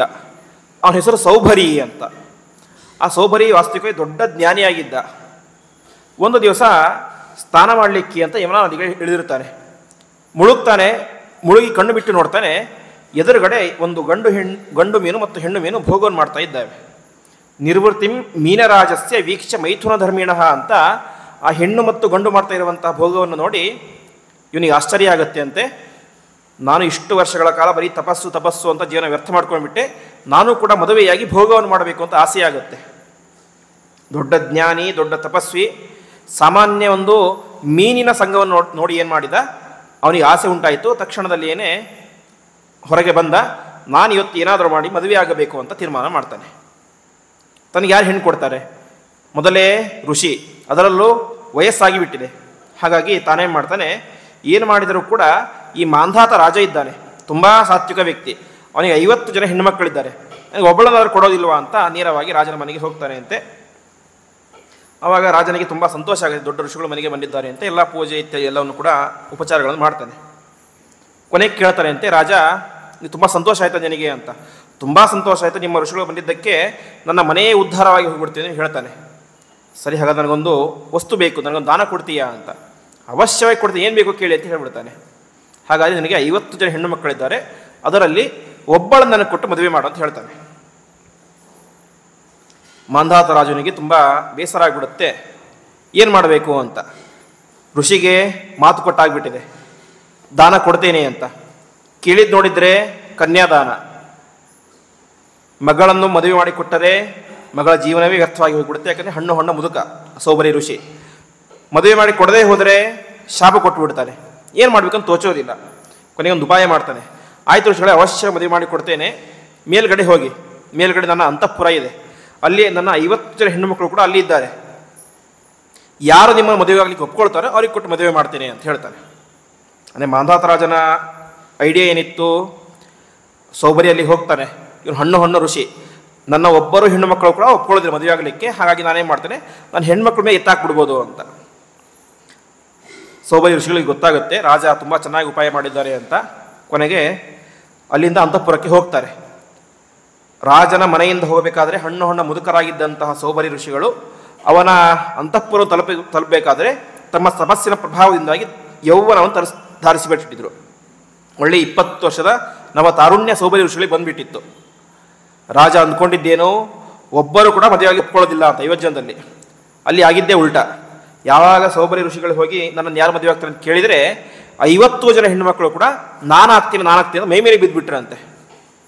ಯಾಕೆಂದರೆ ಆ ರೀತಿಯಾದ ನವ ತಾರುಣ್ಯ ಇತ್ತು. ಕೊನೆಗೆ ರಾಜನಿಗೆ ತುಂಬ ಬೇಸರ ಆಗಿಬಿಡುತ್ತೆ. ನಾನು ಒಬ್ಬಳನ್ನು ಕೂಡ ಕೊಡಬಾರ್ದು ಅಂದ್ಕೊಂಡಿದ್ದೆ, ಇದು ನೋಡಿದರೆ ಅನಿವಾರ್ಯವಾಗಿ 50 ಜನಗಳನ್ನು ಕೊಡಬೇಕಾಯ್ತಲ್ಲ ಅಂತ ಕೊನೆಗೆ 50 ಜನಗಳನ್ನು ಕೊಟ್ಟ ಮದುವೆ ಮಾಡ್ತಾನೆ. ವೃತಶ್ಚ ರಾಜಕನ್ಯಾಭಿ ಏಕ ಪಂಚಶತಾವರಹ ಅಂತ 50 ಜನ ರಾಜಕನ್ಯೆಯರು ಸೌಭರಿ ಋಷಿಗಳಿಗೆ ಹೆಂಡತಿಯರಾದರು. 50 ಜನರಲ್ಲಿ ಒಟ್ಟೊಟ್ಟು ಒಬ್ಬೊಬ್ಬರಲ್ಲಿ 50 ಜನ ಮಕ್ಕಳಂತೆ. ಹೀಗೆ ಸೌಭರಿ ಋಷಿ ಇದು ಮಾಡಿದ್ದು ಹೇಗೆ ಅಂತ ಹೇಳಿದರೆ 50 ಶರೀರ ಅಂತೆ, 50 ಜನ ಹೆಣ್ಣು ಮಕ್ಕಳು ಹೆಂಡತಿಯರು, ಅವರಿಗೆ 50 ಮನೆಗಳು ಅರಮನೆಗಳು, ಅದರಲ್ಲಿ 50 ಜನ ಸೌಭರಿ ಋಷಿಗಳು. ಒಂದು ಮನೆಗೆ ಹೋದರೆ ನಾಮಕರಣ ಆಗ್ತಾ ಇರುತ್ತೆ, ಇನ್ನೊಂದು ಮನೆಗೆ ಹೋದರೆ ಉಪನಯನ ಆಗ್ತಾ ಇರುತ್ತೆ. ಈ ರೀತಿಯಾಗಿ ವೈಭವದ ಅವನ ಅರಮನೆ ಹೇಗಿತ್ತು ಅಂತ ಹೇಳಿದರೆ ಹೇಳ್ತಾರೆ, ಮಾಂಧಾತ ರಾಜನ ಅರಮನೆಗಿಂತಲೂ ಕೂಡ ವೈಭವದ ಅರಮನೆ ಯಾರ್ದು? ಸೌಭರಿ ಋಷಿ ಅರಮನೆ ಅಂತೆ. ಹಾಗಾಗಿ ಅವ್ರೇನು ಮಾಡಿಬಿಟ್ರು, ಸೌಭರಿ ಋಷಿಗಳ ಹೆಂಡತಿಯರು ತಮ್ಮ ತವ್ರ ಮನೆಯನ್ನೇ ಮರೆತು ಬಿಟ್ರು ಅಂತೆ.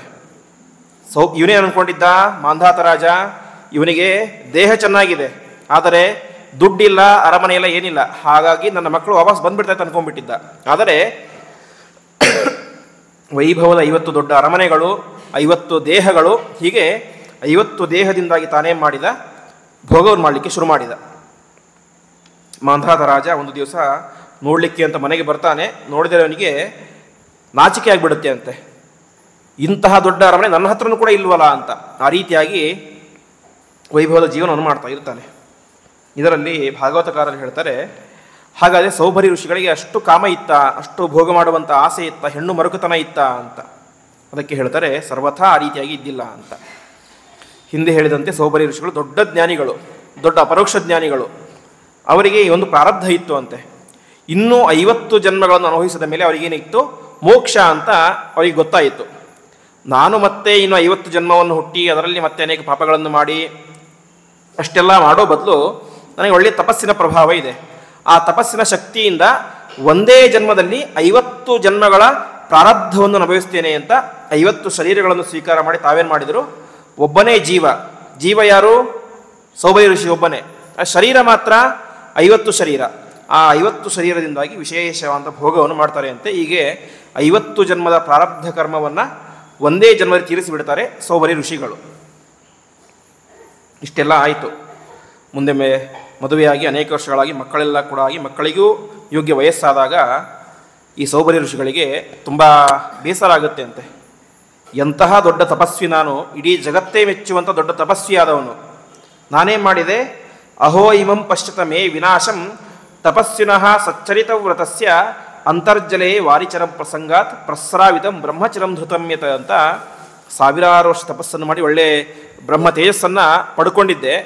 ಅದೆಲ್ಲವೂ ಕೂಡ ಕೇವಲ ಒಂದೇ ಒಂದು ನಿಮಿಷದಿಂದಾಗಿ ಆ ನೀರಿನಲ್ಲಿ ಮೀನನ್ನು ನೋಡಿ ನಾನೇ ಮಾಡಿದೆ, ನನ್ನ ಎಲ್ಲ ತೇಜಸ್ಸನ್ನು ಕೂಡ ಬಿಟ್ಟುಬಿಟ್ಟೆ ಎಂಬುದಾಗಿ ತುಂಬ ದುಃಖ ಆಗುತ್ತೆ. ದಯವಿಟ್ಟು ನೀವ್ಯಾರು ಕೂಡ ಈ ತಪ್ಪನ್ನು ಮಾಡಬೇಡಿ ಅಂತ ಜಗತ್ತಿಗೆ ಉಪದೇಶವನ್ನು ಮಾಡ್ತಾನೆ ಅಂತೆ. ಅಹೋ ಇಮಂ ಪಶ್ಯತ ಮೇ ವಿನಾಶಂ, ಇದು ನನ್ನ ಉದ್ಧಾರ ಅಲ್ಲ, ಇದು ನನ್ನ ನಾಶ, ನನ್ನ ತಪಸ್ಸಿನ ನಾಶವಾಗಿ ಹೋಯಿತು ಎಂಬುದಾಗಿ ತುಂಬ ದುಃಖದಿಂದಾಗಿ ಮುಂದೆ ತಾನೇ ಮಾಡ್ತಾನೆ. ತನ್ನ ಹೆಂಡತಿಯರನ್ನು ಕೂಡ ಕರೆದುಕೊಂಡು ಬಂದು ವಿಶೇಷವಾಗಿ ತಪಸ್ಸಿಗೆ ಒಂದು ವಿಶೇಷವಾದಂತಹ ಸಾವಿರಾರು ವರ್ಷಗಳ ಕಾಲ ತಪಸ್ಸನ್ನು ಮಾಡ್ತಾನೆ. ಅಂತಹ ಸೌಭರಿ ಋಷಿಯ ಕೈಯನ್ನು ಹಿಡಿದಂತಹ 50 ಜನ ಹೆಂಡತಿಯರು ಕೂಡ ವಿಶೇಷವಾಗಿ ಪತಿವ್ರತೆಯರಾಗಿ ತಮ್ಮ ದೇಹವನ್ನು ತ್ಯಾಗ ಮಾಡಿ ಮುಂದೆ ಉತ್ತಮ ಲೋಕವನ್ನು ಪಡಿತಾರೆ ಅಂತೆ. ಇಷ್ಟು ಮಾತ್ರ ಅಲ್ಲ, ಮುಂದೆ ಯಾವ ಸೌಭರಿ ಋಷಿಗಳು ಕೂಡ ತಮ್ಮ 50 ಜನ್ಮದ ಪ್ರಾರಬ್ಧವನ್ನು ಕಳೆದುಕೊಂಡು ತಾವೇನು ಮಾಡ್ತಾರೆ, ಮುಂದೆ ಉತ್ತಮವಾದಂಥ ಲೋಕವನ್ನು ಪಡಿತಾರೆ ಎಂಬುದಾಗಿ ತಿಳಿಸ್ತಾರೆ. ಇಲ್ಲಿ ಗಮನಿಸಬೇಕಾದಂಥ ಅಂಶ, ಸೌಭರಿ ಋಷಿಗಳು ದೊಡ್ಡ ಜ್ಞಾನಿಗಳು. ಅವರ ಕಣ್ಣಿಗೆ ಕಂಡಿದ್ದೇನೋ ಕೇವಲ ಒಂದು ಮೀನು ಭೋಗ ಮಾಡುವಂತಹ ದೃಶ್ಯ. ಅದನ್ನು ನೋಡಿಯೇ ಅವರ ಮನಸ್ಸು ಅಷ್ಟು ಕೆಟ್ಟು ಹೋಗಿಬಿಡ್ತು ಅಂತ ಹೇಳಿದ್ರೆ, ಇವತ್ತು ನಾವು ದೂರದರ್ಶನ ಮೊಬೈಲ್ ಮೂಲಕ ಅನೇಕ ದೃಶ್ಯಗಳನ್ನು ನೋಡ್ತಾ ಇರ್ತೇವೆ, ನಮ್ಮ ಮನಸ್ಸನ್ನು ಕೆಡಿಸುವಂಥ ಅನೇಕ ದೃಶ್ಯಗಳು ಬರ್ತಾ ಇರ್ತವೆ. ಅದನ್ನು ನೋಡಿದರೆ ನಮ್ಮ ಮನಸ್ಸು ಯಾವ ರೀತಿಯಾಗಿ ಹಂತ ಕೆಡ್ತಾ ಹೋಗುತ್ತೆ. ಹಾಗಾಗಿ ಆ ರೀತಿಯಾದಂತಹ ಇಂದ್ರಿಯ ನಿಗ್ರಹ ನಮ್ಮಲ್ಲಿ ಇರಬೇಕು ಎಂಬುದಾಗಿ ಈ ಒಂದು ಚರಿತ್ರೆಯಿಂದಾಗಿ ತಿಳಿಸ್ತಾ ಮುಂದೆ ಹರಿಶ್ಚಂದ್ರನ ಚರಿತ್ರೆಯನ್ನು ತಿಳಿಸ್ತಾರೆ. ಅದೇ ರೀತಿಯಾಗಿ ಅವನ ಮಗನಾದಂತಹ ಶುನಶೇಪ ಅಂತ ಆ ಚರಿತ್ರೆಯನ್ನು ತಿಳಿಸಿ ಮುಂದೆ ಸಗರ ಮಹಾರಾಜನ ಚರಿತ್ರೆ ಹೇಳ್ತಾ ಹೋಗ್ತಾರೆ. ಸಗರ ಮಹಾರಾಜ, ಅವನ ಮಕ್ಕಳು ಒಟ್ಟು 60,000 ಜನ ಅಂತ, ಸಗರ ಪುತ್ರರು ಅಂತ. ಒಂದು ದಿವಸ ಆ ಸಗರ ಮಹಾರಾಜ ದೊಡ್ಡ ಅಶ್ವಮೇಧ ಯಾಗವನ್ನು ಮಾಡ್ತಾ ಇರ್ತಾನೆ.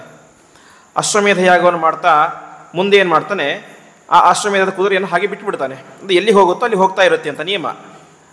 ಒಂದು ದಿವಸ ಏನಾಗುತ್ತೆ, ಈ ಯಾವ ಯಜ್ಞದ ಕುದುರೆಯನ್ನು, ಅಶ್ವಮೇಧದ ಯಾಗದ ಕುದುರೆಯನ್ನು ದೇವೇಂದ್ರ ಬಂದು ಅಪಹಾರ ಮಾಡಿಬಿಡ್ತಾನೆ. ಅಪಹಾರ ಮಾಡಿ ಎಲ್ಲಿ ಇಟ್ಬಿಡ್ತಾನೆ, ಪಾತಾಳ ಲೋಕಕ್ಕೆ ಹೋಗಿ ಅಲ್ಲಿ ಕಪಿಲ ರೂಪಿಯಾದಂತಹ ಪರಮಾತ್ಮ ತಪಸ್ಸನ್ನು ಮಾಡ್ತಾ ಇರ್ತಾನೆ. ಅವನ ಪಕ್ಕದಲ್ಲಿ ಹೋಗಿ ಅದನ್ನು ಕಟ್ಟಿಬಿಡ್ತಾನೆ ಅಂತೆ.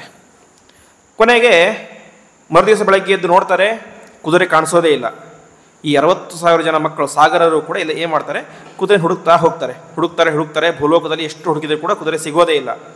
ಕೊನೆಗೆ ತಾವೇನು ಮಾಡ್ತಾರೆ, ದೊಡ್ಡ ಹಾರೆ, ಪಿಕ್ಕಾಸಿ, ಗುದ್ದಲಿಯನ್ನು ಹಿಡಿದುಕೊಂಡು ಭೂಮಿನ ಅಗಿಲಿಕ್ಕೆ ಶುರು ಮಾಡ್ತಾರೆ ಅಂತೆ. ಅಗಿತಾ ನೇರವಾಗಿ ಪಾತಾಳ ಲೋಕಕ್ಕೆ ಹೋಗ್ತಾರೆ ಅಂತೆ. ಹೀಗೆ ಅವರೇನು ದೊಡ್ಡ ಗುದ್ದಲಿಗಳನ್ನು ಹಿಡಿದುಕೊಂಡು ಭೂಮಿನ ಅಗದ್ರಲ್ಲ, ಆ ಜಾಗದಲ್ಲಿ ಎಲ್ಲ ನೀರು ತುಂಬಿಕೊಂಡು ಅದೇನಾಯಿತು, ಮುಂದೆ ಸಾಗರ ಅಂತ ಪ್ರಖ್ಯಾತ ಆಯಿತು. ಮುಂದೆ ಅದಕ್ಕೆ ಸಮುದ್ರ ಅಂತ ನಾಮಕರಣ ಮಾಡಿದರು. ಹಾಗಾಗಿ ಇವತ್ತು ನಾವು ನೋಡುವಂತಹ ಸಮುದ್ರ, ಸಾಗರ ಅದೆಲ್ಲವೂ ಕೂಡ ಯಾರ ಕೊಡುಗೆ ಅಂತ ಹೇಳಿದರೆ, ಈ ಸಗರದ ಮಕ್ಕಳು ಜೋರಾಗಿ ಗುದ್ದಲಿ ಹಿಡಿದುಕೊಂಡು ಅಗಿದು ನಮಗೆ ಸಾಗರ ಅಂತ ನಿರ್ಮಾಣ ಮಾಡಿ ಕೊಟ್ಟಿದ್ದಾರೆ. ಕೊನೆಗೆ ಇಷ್ಟೆಲ್ಲ ಆಯಿತು. ಪಾತಾಳ ಲೋಕಕ್ಕೆ ಹೋಗ್ತಾರೆ. ಅಲ್ಲಿ ಒಬ್ಬ ಋಷಿ ತಪಸ್ಸು ಮಾಡ್ತಾ ಇದ್ದಾನೆ. ಏಷ ವಾಜಿಹರಶ್ಚೋರ ಆಸ್ತೆ ಮೀಲಿತ ಲೋಚನ ಅಂತ ಅವರಿಗೆ ಸಂಶಯ ಬರುತ್ತೆ. ಇವನೇ ಏನು ಮಾಡಿದ್ದಾನೆ, ಕಳ್ಳತನ ಮಾಡಿದ್ದಾನೆ ಅಂತ ಅವನಿಗೆ ಬೈಲಿಕ್ಕೆ ಶುರು ಮಾಡ್ತಾರೆ ಅಂತೆ. ಅವ್ರು ಕೊಲ್ಲಲಿಕ್ಕೆ ಅಂತ ಹೋಗ್ತಾರೆ ಅಂತೆ. ಕೂತಂತಹ ವ್ಯಕ್ತಿ ಯಾರು, ಸಾಕ್ಷಾತ್ ಕಪಿಲ ರೂಪಿಯಾದಂತಹ ಪರಮಾತ್ಮ. ತಕ್ಷಣದಲ್ಲಿ ಏನೇ ಕಣ್ಣು ಬಿಟ್ಟು ನೋಡ್ತಾರೆ ಕಪಿಲ ಋಷಿಗಳು. ಒಂದೇ ಒಂದು ನೋಟಕ್ಕೆ 60,000 ಜನ ಆ ಸಗರದ ಮಕ್ಕಳು ಬೂದಿಯಾಗಿ ಹೋಗಿಬಿಡ್ತಾರೆ. ಕೊನೆಗೆ ಸಗರ ಮಹಾರಾಜ ಚಿಂತೆ ಪ್ರಾರಂಭ ಆಗುತ್ತೆ. ನನ್ನ ಮಕ್ಕಳು ಎಲ್ಲಿಗೆ ಹೋದರು ಅನ್ನೋದು ಗೊತ್ತೇ ಇರೋದಿಲ್ಲ ಅವನಿಗೆ. ಅದೇ ಇದರಲ್ಲಿ ದುಃಖ ಕಳೀಲಿಕ್ಕೆ ಶುರು ಮಾಡ್ತಾನೆ. ಕೊನೆಗೆ ಅವನ ಮೊಮ್ಮಗನಾದಂತಹ ಅಂಶುಮಂತ ಅಂತ ಬರ್ತಾನೆ. ಅಂಶುಮಂತ ಅಸಮಂಜಸ ಎನ್ನುವಂಥ ಸಗರನ ಮೊಮ್ಮಗ. ಅವನು ಬರ್ತಾನೆ, ಹುಡುಕೊಂಡು ಹೋಗ್ತಾನೆ. ಕೊನೆಗೆ ಪಾತಾಳ ಲೋಕಕ್ಕೆ ಹೋದಾಗ ಅಲ್ಲಿ ಒಂದು ಕುದುರೆ ನಿಂತಿರುತ್ತೆ. ಅದರ ಪಕ್ಕದಲ್ಲಿ ಕಪಿಲ ಋಷಿ ಧ್ಯಾನವನ್ನು ಮಾಡ್ತಾ ಇರ್ತಾನೆ. ಆವಾಗ ಗೊತ್ತಾಗುತ್ತೆ, ಈ ಕಪಿಲ ಋಷಿಗೆ ಏನೋ ಮಾಡ್ಲಿಕ್ಕೆ ಹೋಗಿ ನನ್ನ 60,000 ಜನ ಚಿಕ್ಕಪ್ಪ ದೊಡ್ಡಪ್ಪಂದಿರು ಬೂದಿಯಾಗಿ ಬಿಟ್ಟಿದ್ದಾರೆ ಅಂತ. ಆವಾಗ ವಿಶೇಷವಾಗಿ ಪ್ರಾರ್ಥನೆಯನ್ನು ಮಾಡ್ತಾನೆ. ಪ್ರಾರ್ಥನೆ ಮಾಡಿದಾಗ ಆ ಕಪಿಲ ರೂಪಿಯ ಅಂತ ಪರಮಾತ್ಮ ಆ ಯಜ್ಞದ ಕುದುರೆಯನ್ನು ಕೂಡ ಕೊಡ್ತಾನೆ. ಕೊಟ್ಟು ಯಜ್ಞನ ಪೂರ್ತಿ ಮಾಡಿ ಅಂತ ಹೇಳ್ತಾನೆ. ಸರಿ, ನಮ್ಮ ಚಿಕ್ಕಪ್ಪಂದಿರ ಗತಿ ಏನು ಅಂತ. ಅದಕ್ಕೆ ಪರಮಾತ್ಮ ಹೇಳ್ತಾನೆ, ದೇವಲೋಕದ ಗಂಗೆಯನ್ನು ಇವರ ಬೂದಿಯ ಮೇಲೆ ಹರಿಸಿದರೆ ಅದರಿಂದ ಏನಾಗುತ್ತೆ, ಇವರು ಉದ್ಧಾರ ಆಗುತ್ತೆ ಅಂತ. ಸರಿ ಅಂತ ಯಾವ ಅಂಶುಮಂತ ತಾನು ಯಜ್ಞದ ಕುದುರೆ ತೆಗೆದುಕೊಂಡು ಬರ್ತಾನೆ. ಯಜ್ಞ ಪೂರ್ತಿಯಾಗುತ್ತೆ. ಮುಂದೇನಾಗಬೇಕು, ಇಮೇಚ ಪಿತರೋ ದಗ್ಧಾಹ ಗಂಗಾಂಬೋರ್ಹಂತಿ ನೇತರತ ಅಂತ ಗಂಗೆಯನ್ನು ಅವರ ಮೇಲೆ ಹರಿಸಿದರೆ ಅದರಿಂದ ಏನಾಗುತ್ತೆ, ಇವರು ಉದ್ಧಾರ ಆಗುತ್ತೆ ಅಂತ. ಕೊನೆಗೆ ಈ ಅಂಶುಮಂತ ವಿಶೇಷವಾಗಿ ತಪಸ್ಸನ್ನು ಮಾಡಲಿಕ್ಕೆ ಶುರು ಮಾಡ್ತಾನೆ. ಎಷ್ಟು ತಪಸ್ಸು ಮಾಡಿದರೂ ಕೂಡ ಗಂಗೆ ಪ್ರತ್ಯಕ್ಷನಾಗೋದೇ ಇಲ್ಲ. ಕೊನೆಗೆ ಅಂಶುಮಂತನ ಮಗನಾದಂತಹ ದಿಲೀಪ ಚಕ್ರವರ್ತಿ ಅವನು ಕೂಡ ತಪಸ್ಸನ್ನು ಮಾಡ್ತಾನೆ.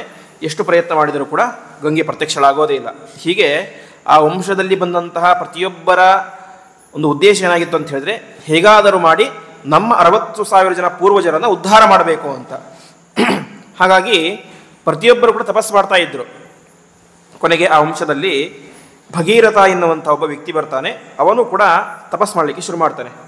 ವಿಶೇಷವಾಗಿ ತಪಸ್ಸನ್ನು ಮಾಡಿದಾಗ ಗಂಗೆ ಪ್ರತ್ಯಕ್ಷಳಾದಳು.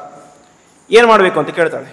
ಅವನು ಹೇಳ್ತಾನೆ, ಹೀಗೆ ನಮ್ಮ ಪಾತಾಳ ಲೋಕದಲ್ಲಿ ನಮ್ಮ 60,000 ಜನ ಪೂರ್ವಜರು ಭಸ್ಮವಾಗಿ ಬಿದ್ದಿದ್ದಾರೆ, ಅವರ ಮೇಲೆ ನೀನು ಹರಿಬೇಕು, ಹರಿದ್ರೆ ಅವರ ಉದ್ಧಾರ ಆಗುತ್ತೆ ಅಂತ. ಆಗ ಗಂಗೆ ಹೇಳ್ತಾಳೆ, ಅದಷ್ಟು ಸುಲಭದ ಮಾತಲ್ಲ ಅಂತ. ಯಾಕೆ, ಕೋವಿಧಾರಯಿತ ವೇಗಂ ಪತಂತ್ಯಾಂ ಮೇ ಮಹೀತಲೆ ಅನ್ಯತಾ ಭೂತಲಂ ಹಿತ್ವ ನೃಪಯಾಸ್ಯೆ ರಸಾತಲಂ ಅಂತ.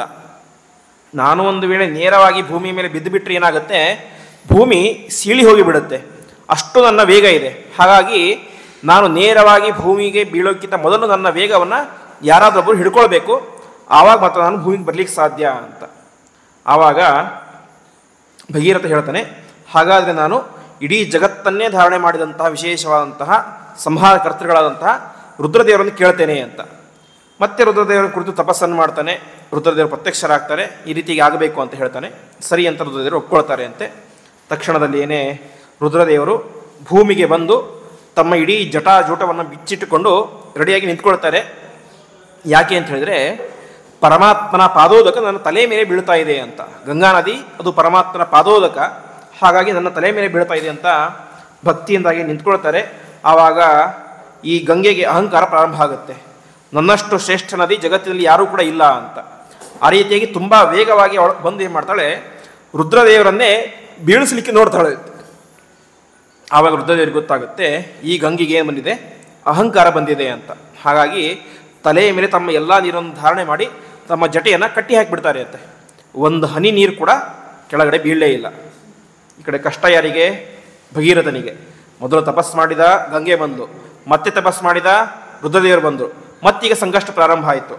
ಮತ್ತೆ ರುದ್ರದೇವರ ಹತ್ರ ವಿಶೇಷವಾಗಿ ಪ್ರಾರ್ಥನೆಯನ್ನು ಮಾಡ್ತಾನೆ. ಆವಾಗ ರುದ್ರದೇವರು ಒಂದು ಕಡೆಯಿಂದಾಗಿ ನಿಧಾನವಾಗಿ ನೀರನ್ನು ಬಿಡ್ತಾರೆ ಅಂತೆ. ನೀರು ಗಂಗೆ ಹರಿಯಿತು. ಹರಿದುಕೊಂಡು ಮಧ್ಯದಲ್ಲಿ ಜನ್ಮ ಋಷಿಗಳ ಆಶ್ರಮ ಬಂತು.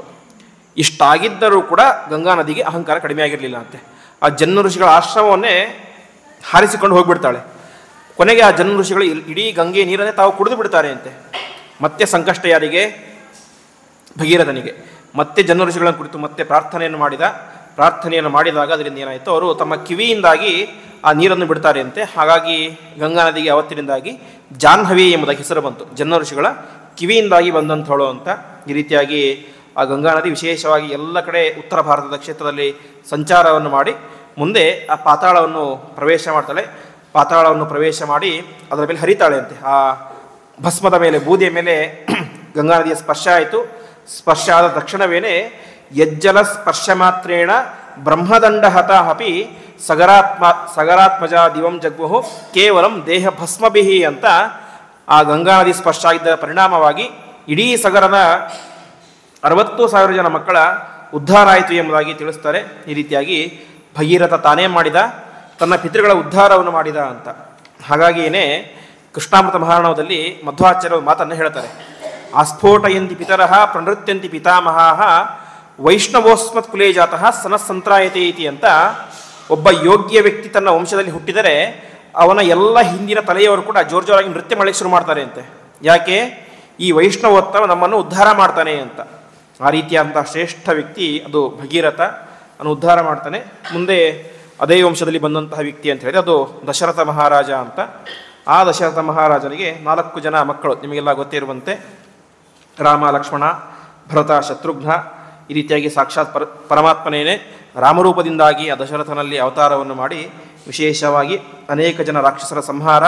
ಅಷ್ಟು ಮಾತ್ರ ಅಲ್ಲ, ಒಬ್ಬ ಮನುಷ್ಯನಾದಂಥವನು ಯಾವ ರೀತಿಯಾಗಿ ವರ್ತನೆ ಮಾಡಬೇಕು ಅಂತ ಪಥಿಪತಿ ಗುಣಸಾಂದ್ರ ಪಾತುಮಾಂ ರಾಮಚಂದ್ರ ಎಂಬುದಾಗಿ ಒಂದೊಂದು ಹೆಜ್ಜೆಯಲ್ಲೂ ಕೂಡ ಒಳ್ಳೆಯ ಗುಣಗಳನ್ನು ಜಗತ್ತಿಗೆ ತೋರಿಸಿಕೊಡ್ತಾ ಇದ್ದ ರಾಮ. ಆ ರೀತಿಯಾಗಿ ಸಂಕ್ಷಿಪ್ತವಾಗಿ ರಾಮದೇವರ ಚರಿತ್ರೆಯನ್ನು ತಿಳಿಸಿ ಮುಂದೆ ಅನೇಕ ರಾಜರ ಕಥೆಯನ್ನು ಹೇಳ್ತಾ ಈ ಪಾಂಡವರ ವಂಶಕ್ಕೆ ಮೂಲವಾದಂತಹ ಕುರುವಂಶದ ಚರಿತ್ರೆಯನ್ನು ಹೇಳ್ತಾ ಹೋಗ್ತಾರೆ. ಒಂದು ಕಡೆ ಕುರುವಂಶ, ಇನ್ನೊಂದು ಕಡೆ ಯಾದವರ ವಂಶ, ಶ್ರೀಕೃಷ್ಣನ ವಂಶ. ಇದಕ್ಕೆ ಮೂಲ ಯಾರು ಅಂತ ಹೇಳ್ತಾ ಹೋಗ್ತಾರೆ. ಹಿಂದೆ ಶುಕ್ರಾಚಾರ್ಯರು ನಾವು ಹಿಂದೆ ಕಥೆ ಕೇಳಿದಂತೆ ಅವರು ದೈತ್ಯರ ಗುರುಗಳು. ಆ ದೈತ್ಯ ರಾಜ ಯಾರು ಅಂತ ಹೇಳಿದ್ರೆ ವೃಷಪರ್ವ ಅಂತ ರಾಜ. ಆ ವೃಷಪರ್ವ ರಾಜ ಅವನಿಗೆ ಮಗಳು ಯಾರು ಅಂತ ಹೇಳಿದ್ರೆ ಶರ್ಮಿಷ್ಠೆ ಅಂತ. ಈ ಶುಕ್ರಾಚಾರ್ಯರ ಮಗಳು ದೇವಯಾನಿ ಅಂತ. ಇಬ್ಬರು ಕೂಡ ಒಂದೇ ವಯಸ್ಸಿನವರು, ಶರ್ಮಿಷ್ಠೆ ಮತ್ತು ದೇವಯಾನಿ. ಹಾಗಾಗಿ ಇಬ್ಬರ ನಡುವೆ ಒಳ್ಳೆಯ ಸ್ನೇಹ ಇತ್ತು. ಒಂದು ದಿವಸ ಈ ಶರ್ಮಿಷ್ಠೆ, ದೇವಯಾನಿ, ಅವಳ ಅನೇಕ ಜನ ಸ್ನೇಹಿತರು ಎಲ್ಲರೂ ಕೂಡ ಸೇರಿಕೊಂಡು ಒಂದು ಉದ್ಯಾನವನಕ್ಕೆ ಹೋಗಿರ್ತಾರೆ. ಅಲ್ಲಿ ಸ್ನಾನವನ್ನು ಮಾಡ್ತಾ ಇರ್ತಾರೆ ಒಂದು ಸರೋವರದಲ್ಲಿ. ಅದೇ ಸಂದರ್ಭಕ್ಕೆ ಸರಿಯಾಗಿ ಏನಾಗುತ್ತೆ, ಜಲಾಶಯಂ ಸಮಾಸಾದ್ಯ ಕನ್ಯಾ ಕಮಲಲೋಚನಾ ತೇರೇ ನೆಸ್ಯ ದುಕೂಲಾನಿ ವಿಜಕ್ರುಹು ಸಿಂಚತಿರ್ಮಿತ ಎಂಬುದಾಗಿ ವಿಶೇಷವಾಗಿ ಒಬ್ಬರಿಗೊಬ್ಬರು ನೀರನ್ನು ಎರಸ್ತಾ ಸ್ನಾನ ಮಾಡ್ತಾ ಇದ್ರು, ಭೋಗ ಮಾಡ್ತಾ ಇದ್ರು. ಆ ಸಂದರ್ಭದಲ್ಲಿ ಏನಾಗುತ್ತೆ, ಆಕಾಶದಲ್ಲಿ ರುದ್ರದೇವರು ಸಂಚಾರ ಮಾಡ್ತಾ ಇರ್ತಾರೆ. ರುದ್ರದೇವರು ಮತ್ತು ಪಾರ್ವತಿ ದೇವಿ ವಿಮಾನದಲ್ಲಿ ಹೋಗ್ತಾ ಇರ್ತಾರೆ. ಆವಾಗ ಅದನ್ನು ನೋಡಿ ಈ ಹೆಂಗಸರಿಗೆ ನಾಚಿಕೆ ಆಗುತ್ತೆ ಅಂತೆ. ತಕ್ಷಣದಲ್ಲಿ ಏನೇ ಮೇಲೆದ್ದು ಬಂದು ತಮ್ಮ ತಮ್ಮ ಬಟ್ಟೆಗಳನ್ನು ಹಾಕೊಂಡು ಬಿಡ್ತಾರೆ. ಈ ಸಂದರ್ಭದಲ್ಲಿ ಏನಾಗಿತ್ತು, ಅವಸರದಲ್ಲಿ ದೇವಯಾನಿ ಅಂದರೆ ಶುಕ್ರಾಚಾರ್ಯರ ಮಗಳು ತನ್ನ ಬಟ್ಟೆ ಹಾಕೊಳ್ಳೋ ಬದಲು ಯಾರ ಬಟ್ಟೆ ಹಾಕೊಂಡ್ಬಿಟ್ಟಿದ್ಲು, ರಾಜಕುಮಾರಿಯಾದಂಥ ಶರ್ಮಿಷ್ಠೆ ಬಟ್ಟೆ ಹಾಕೊಂಡ್ಬಿಟ್ಲು. ಅದರಿಂದ ಶರ್ಮಿಷ್ಠಿಗೆ ತುಂಬ ಸಿಟ್ಟು ಬರುತ್ತೆ. ನೀನೊಬ್ಬ ಸಾಮಾನ್ಯ ಋಷಿಗಳ ಮಗಳು, ನಾನ್ಯಾರು, ರಾಜನ ಮಗಳು, ನನ್ನ ಬಟ್ಟೆಯನ್ನು ಹಾಕೊಂಡ್ಬಿಟ್ಟಿಲ್ಲ ಅಂತ ಕೋಪದಿಂದಾಗಿ ಶರ್ಮಿಷ್ಠಾಂ ಪ್ರಾಕ್ಷಿಪತ್ ಕೂಪೆ ಅಂತ ಅಲ್ಲೇ ಒಂದು ಹಾಳು ಬಾವಿ ಇರುತ್ತೆ. ಹಾಳು ಬಾವಿಗೆ ಅವಳನ್ನು ಜೋರಾಗಿ ಒದ್ದು ನೂಕಿ ಬಿಡ್ತಾಳೆ. ತನ್ನ ಅರಮನೆಗೆ ಎಲ್ಲರೂ ಕೂಡ ಹೋಗಿಬಿಟ್ರು. ಈ ಕಡೆ ಯಾವ ದೇವಯಾನಿ ಎಲ್ಲಿ ಬಿದ್ದಿದ್ದಾಳೆ, ಬಾವಿಯಲ್ಲಿ ಬಿದ್ದಿದ್ದಾಳೆ. ಅದೇ ಸಂದರ್ಭದಲ್ಲಿ ಅಲ್ಲಿಗೆ ಬೇಟೆಯಾಡಲಿಕ್ಕೆ ಅಂತ ಯಾರು ಬರ್ತಾನೆ, ಯಯಾತಿ ರಾಜ ಬರ್ತಾನೆ. ರಾಜ ಬಂದು ನೋಡ್ತಾಳೆ, ಸುಂದರವಾದಂಥ ಹೆಣ್ಣು ಬಾವಿಯಲ್ಲಿ ಬಿದ್ದಿದ್ದಾಳೆ. ತಕ್ಷಣದಲ್ಲಿ ಏನೇ ಅವಳನ್ನು ಮೇಲಕ್ಕೆತ್ತಿ ಅವಳಿಗೆ ಬಟ್ಟೆಯನ್ನೆಲ್ಲ ಕೊಟ್ಟು ವಿಚಾರ ಮಾಡ್ತಾನೆ. ಆವಾಗದ ದೇವಯಾನಿಗೆ ಅವನ ಮೇಲೆ ಮನಸ್ಸಾಗುತ್ತೆ ಅಂತೆ, ಯಯಾತಿ ರಾಜನಿಗೂ ಮನಸ್ಸಾಗುತ್ತೆ. ತಕ್ಷಣದಲ್ಲಿ ಏನೇ ಗಾಂಧರ್ವ ವಿವಾಹದಿಂದಾಗಿ ಅವರಿಬ್ಬರ ಮದುವೆಯಾಗುತ್ತೆ. ಮದುವೆಯಾಗಿ ನೇರವಾಗಿ ತನ್ನ ತಂದೆಯಾದಂತಹ ಶುಕ್ರಾಚಾರ್ಯ ಹತ್ರ ಬಂದು ಹೇಳ್ತಾಳೆ, ಅಪ್ಪ ನನಗೆ ಶರ್ಮಿಷ್ಠೆ ಮೋಸ ಮಾಡಿಬಿಟ್ಲು ಅಂತ. ಏನು ಮಾಡಿದ್ಲು, ಈ ರೀತಿ ನನ್ನನ್ನು ಬಾವಿಗೆ ನೂಕ್ಬಿಟ್ಲು ಅಂತ ಹೇಳ್ಬಿಡ್ತಾಳೆ. ಆವಾಗ ಶುಕ್ರಾಚಾರ್ಯರಿಗೆ ತಮ್ಮ ಮಗಳ ಮೇಲೆ ತುಂಬ ಪ್ರೀತಿ ಇರುತ್ತೆ. ಹಾಗಾಗಿ ಹೇಗಾದರೂ ಮಾಡಿ ಆ ರಾಜಕುಮಾರಿಯಾದಂತಹ ಶರ್ಮಿಷ್ಠಿಗೆ ತಕ್ಕ ಪಾಠ ಕಲಿಸಬೇಕು ಅಂತ ಅವರೇನು ಮಾಡ್ತಾರೆ, ಆ ರಾಜ್ಯವನ್ನೇ ಬಿಟ್ಟು ಹೋಗಿಬಿಡ್ತಾರೆ. ಯಾವ ಆ ವೃಷಪರ್ವ ರಾಜನ ರಾಜ್ಯವನ್ನು ಬಿಟ್ಟು ಹೋಗಿಬಿಡ್ತಾರೆ. ತಮ್ಮ ಕುಲಗುರುಗಳು ಯಾರು, ಶುಕ್ರಾಚಾರ್ಯರು. ಕುಲಗುರುಗಳೇ ರಾಜ್ಯವನ್ನು ಬಿಟ್ಟು ಹೋದಾಗ ತುಂಬ ದುಃಖ ಆಗುತ್ತೆ ಆ ವೃಷಪರ್ವ ರಾಜನಿಗೆ. ತಕ್ಷಣದಲ್ಲಿ ಬಂದು ಪ್ರಾರ್ಥನೆ ಮಾಡ್ತಾನೆ, ಯಾಕೆ ಬಿಟ್ಟು ಹೋಗ್ತಾ ಇದ್ದೀರಿ ಅಂತ. ನಿನ್ನ ಮಗಳು ನನ್ನ ಮಗಳಿಗೆ ಅನ್ಯಾಯ ಮಾಡಿದ್ದಾಳೆ ಅಂತ. ಸರಿ, ಏನು ಮಾಡ್ಬೇಕು ಹೇಳಿ ಇವಾಗ ಪ್ರಾಯಶ್ಚಿತ್ತವಾಗಿ ಅಂತ. ಅದಕ್ಕೆ ಹೇಳ್ತಾರೆ, ನನ್ನ ಮಗಳಿಗೆ ಈಗ ಮದುವೆಯಾಗಿದೆ. ಗಂಡ ಯಾರೋ ಸಾಮಾನ್ಯ ವ್ಯಕ್ತಿಯಲ್ಲ, ಯಯಾತಿ ಎನ್ನುವಂಥ ದೊಡ್ಡ ಚಕ್ರವರ್ತಿ ನನ್ನ ಮಗಳ ರಾಜ. ಹಾಗಾಗಿ ನನ್ನ ಮಗಳು ಗಂಡನ ಮನೆಗೆ ಹೋಗಬೇಕಾದ್ರೆ ನಿನ್ನ ಮಗಳು ಯಾರು, ಶರ್ಮಿಷ್ಠೆ, ಅವಳ ಸೇವಕಿಯಾಗಿ ಹೋಗಬೇಕು. ಜೀವನ ಪೂರ್ತಿ ನಿನ್ನ ಮಗಳು ನನ್ನ ಮಗಳ ಸೇವಕಿಯಾಗಿರಬೇಕು. ಅಷ್ಟು ಮಾತ್ರ ಅಲ್ಲ, ಅವಳ ಜೊತೆಗೆ 1,000 ಜನ ಹೆಣ್ಣು ಮಕ್ಕಳು ಕೂಡ ಅವಳ ಸೇವಕಿಯರಾಗಿ ಇರಬೇಕು ಅಂತ ಹೇಳ್ತಾರೆ ಅಂತೆ. ಶರ್ಮಿಷ್ಠೆ ಏನೋ ಸರಿ, 1,000 ಅವಳು ಸೇವಕಿಯಾಗಿರಬೇಕು ಅಂತ. ಉಳಿದ 1,000 ಜನ ಯಾಕೆ ಬಂದರು ಅಂತ ಹೇಳಿದರೆ, ಶರ್ಮಿಷ್ಠೆ ಮತ್ತು ದೇವಯಾನಿ ಇಬ್ಬರೇ ಹೋಗಿರಲಿಲ್ಲ ಉದ್ಯಾನವನಕ್ಕೆ. ಅವಳ ಜೊತೆಗೆ 1,000 ಜನ ಹೆಣ್ಣು ಮಕ್ಕಳು ಕೂಡ ಬಂದಿದ್ದರು. ಈ ರೀತಿಯಾಗಿ ಶರ್ಮಿಷ್ಠೆ ಅವಮಾನವನ್ನು ಶರ್ಮಿಷ್ಠೆ ಅವಮಾನ ಮಾಡಬೇಕಾದ್ರೆ ಆ 1,000 ಜನ ಹೆಣ್ಣು ಮಕ್ಕಳು ತುಟಿ ಪೀಠಕ್ಕಂತ ಅನ್ನಲಿಲ್ಲ ಅಂತೆ. ತನ್ನ ಕಣ್ಣ ಮುಂದೆಯೇ ಒಬ್ಬ ಹೆಣ್ಣು ಮಗಳು ಮೈ ಮೇಲೆ ಬಟ್ಟೆ ಇಲ್ಲದಂತೆ ಬಾವಿಗೆ ಬಿದ್ದಿದ್ದಾಳೆ. ಆದರೂ ಕೂಡ ಅವರೇ ಮಾಡಲಿಲ್ಲ, ತುಟಿ ಪಿಟಕ್ಕಂತ ಅಂದೇನೆ ಶರ್ಮಿಷ್ಠೆ ಜೊತೆಗೇನೆ ರಾಜನ ಮನೆಗೆ ಹೋಗಿಬಿಟ್ರು. ಹಾಗಾಗಿ ಶರ್ಮಿಷ್ಠೆಯೂ ಅನ್ಯಾಯ ಮಾಡಿದ್ದಾಳೆ, ಅವಳ ಜೊತೆಗೆ ಬಂದಂತಹ 1,000 ಜನರು ಕೂಡ ಅನ್ಯಾಯ ಮಾಡಿದ್ದಾರೆ.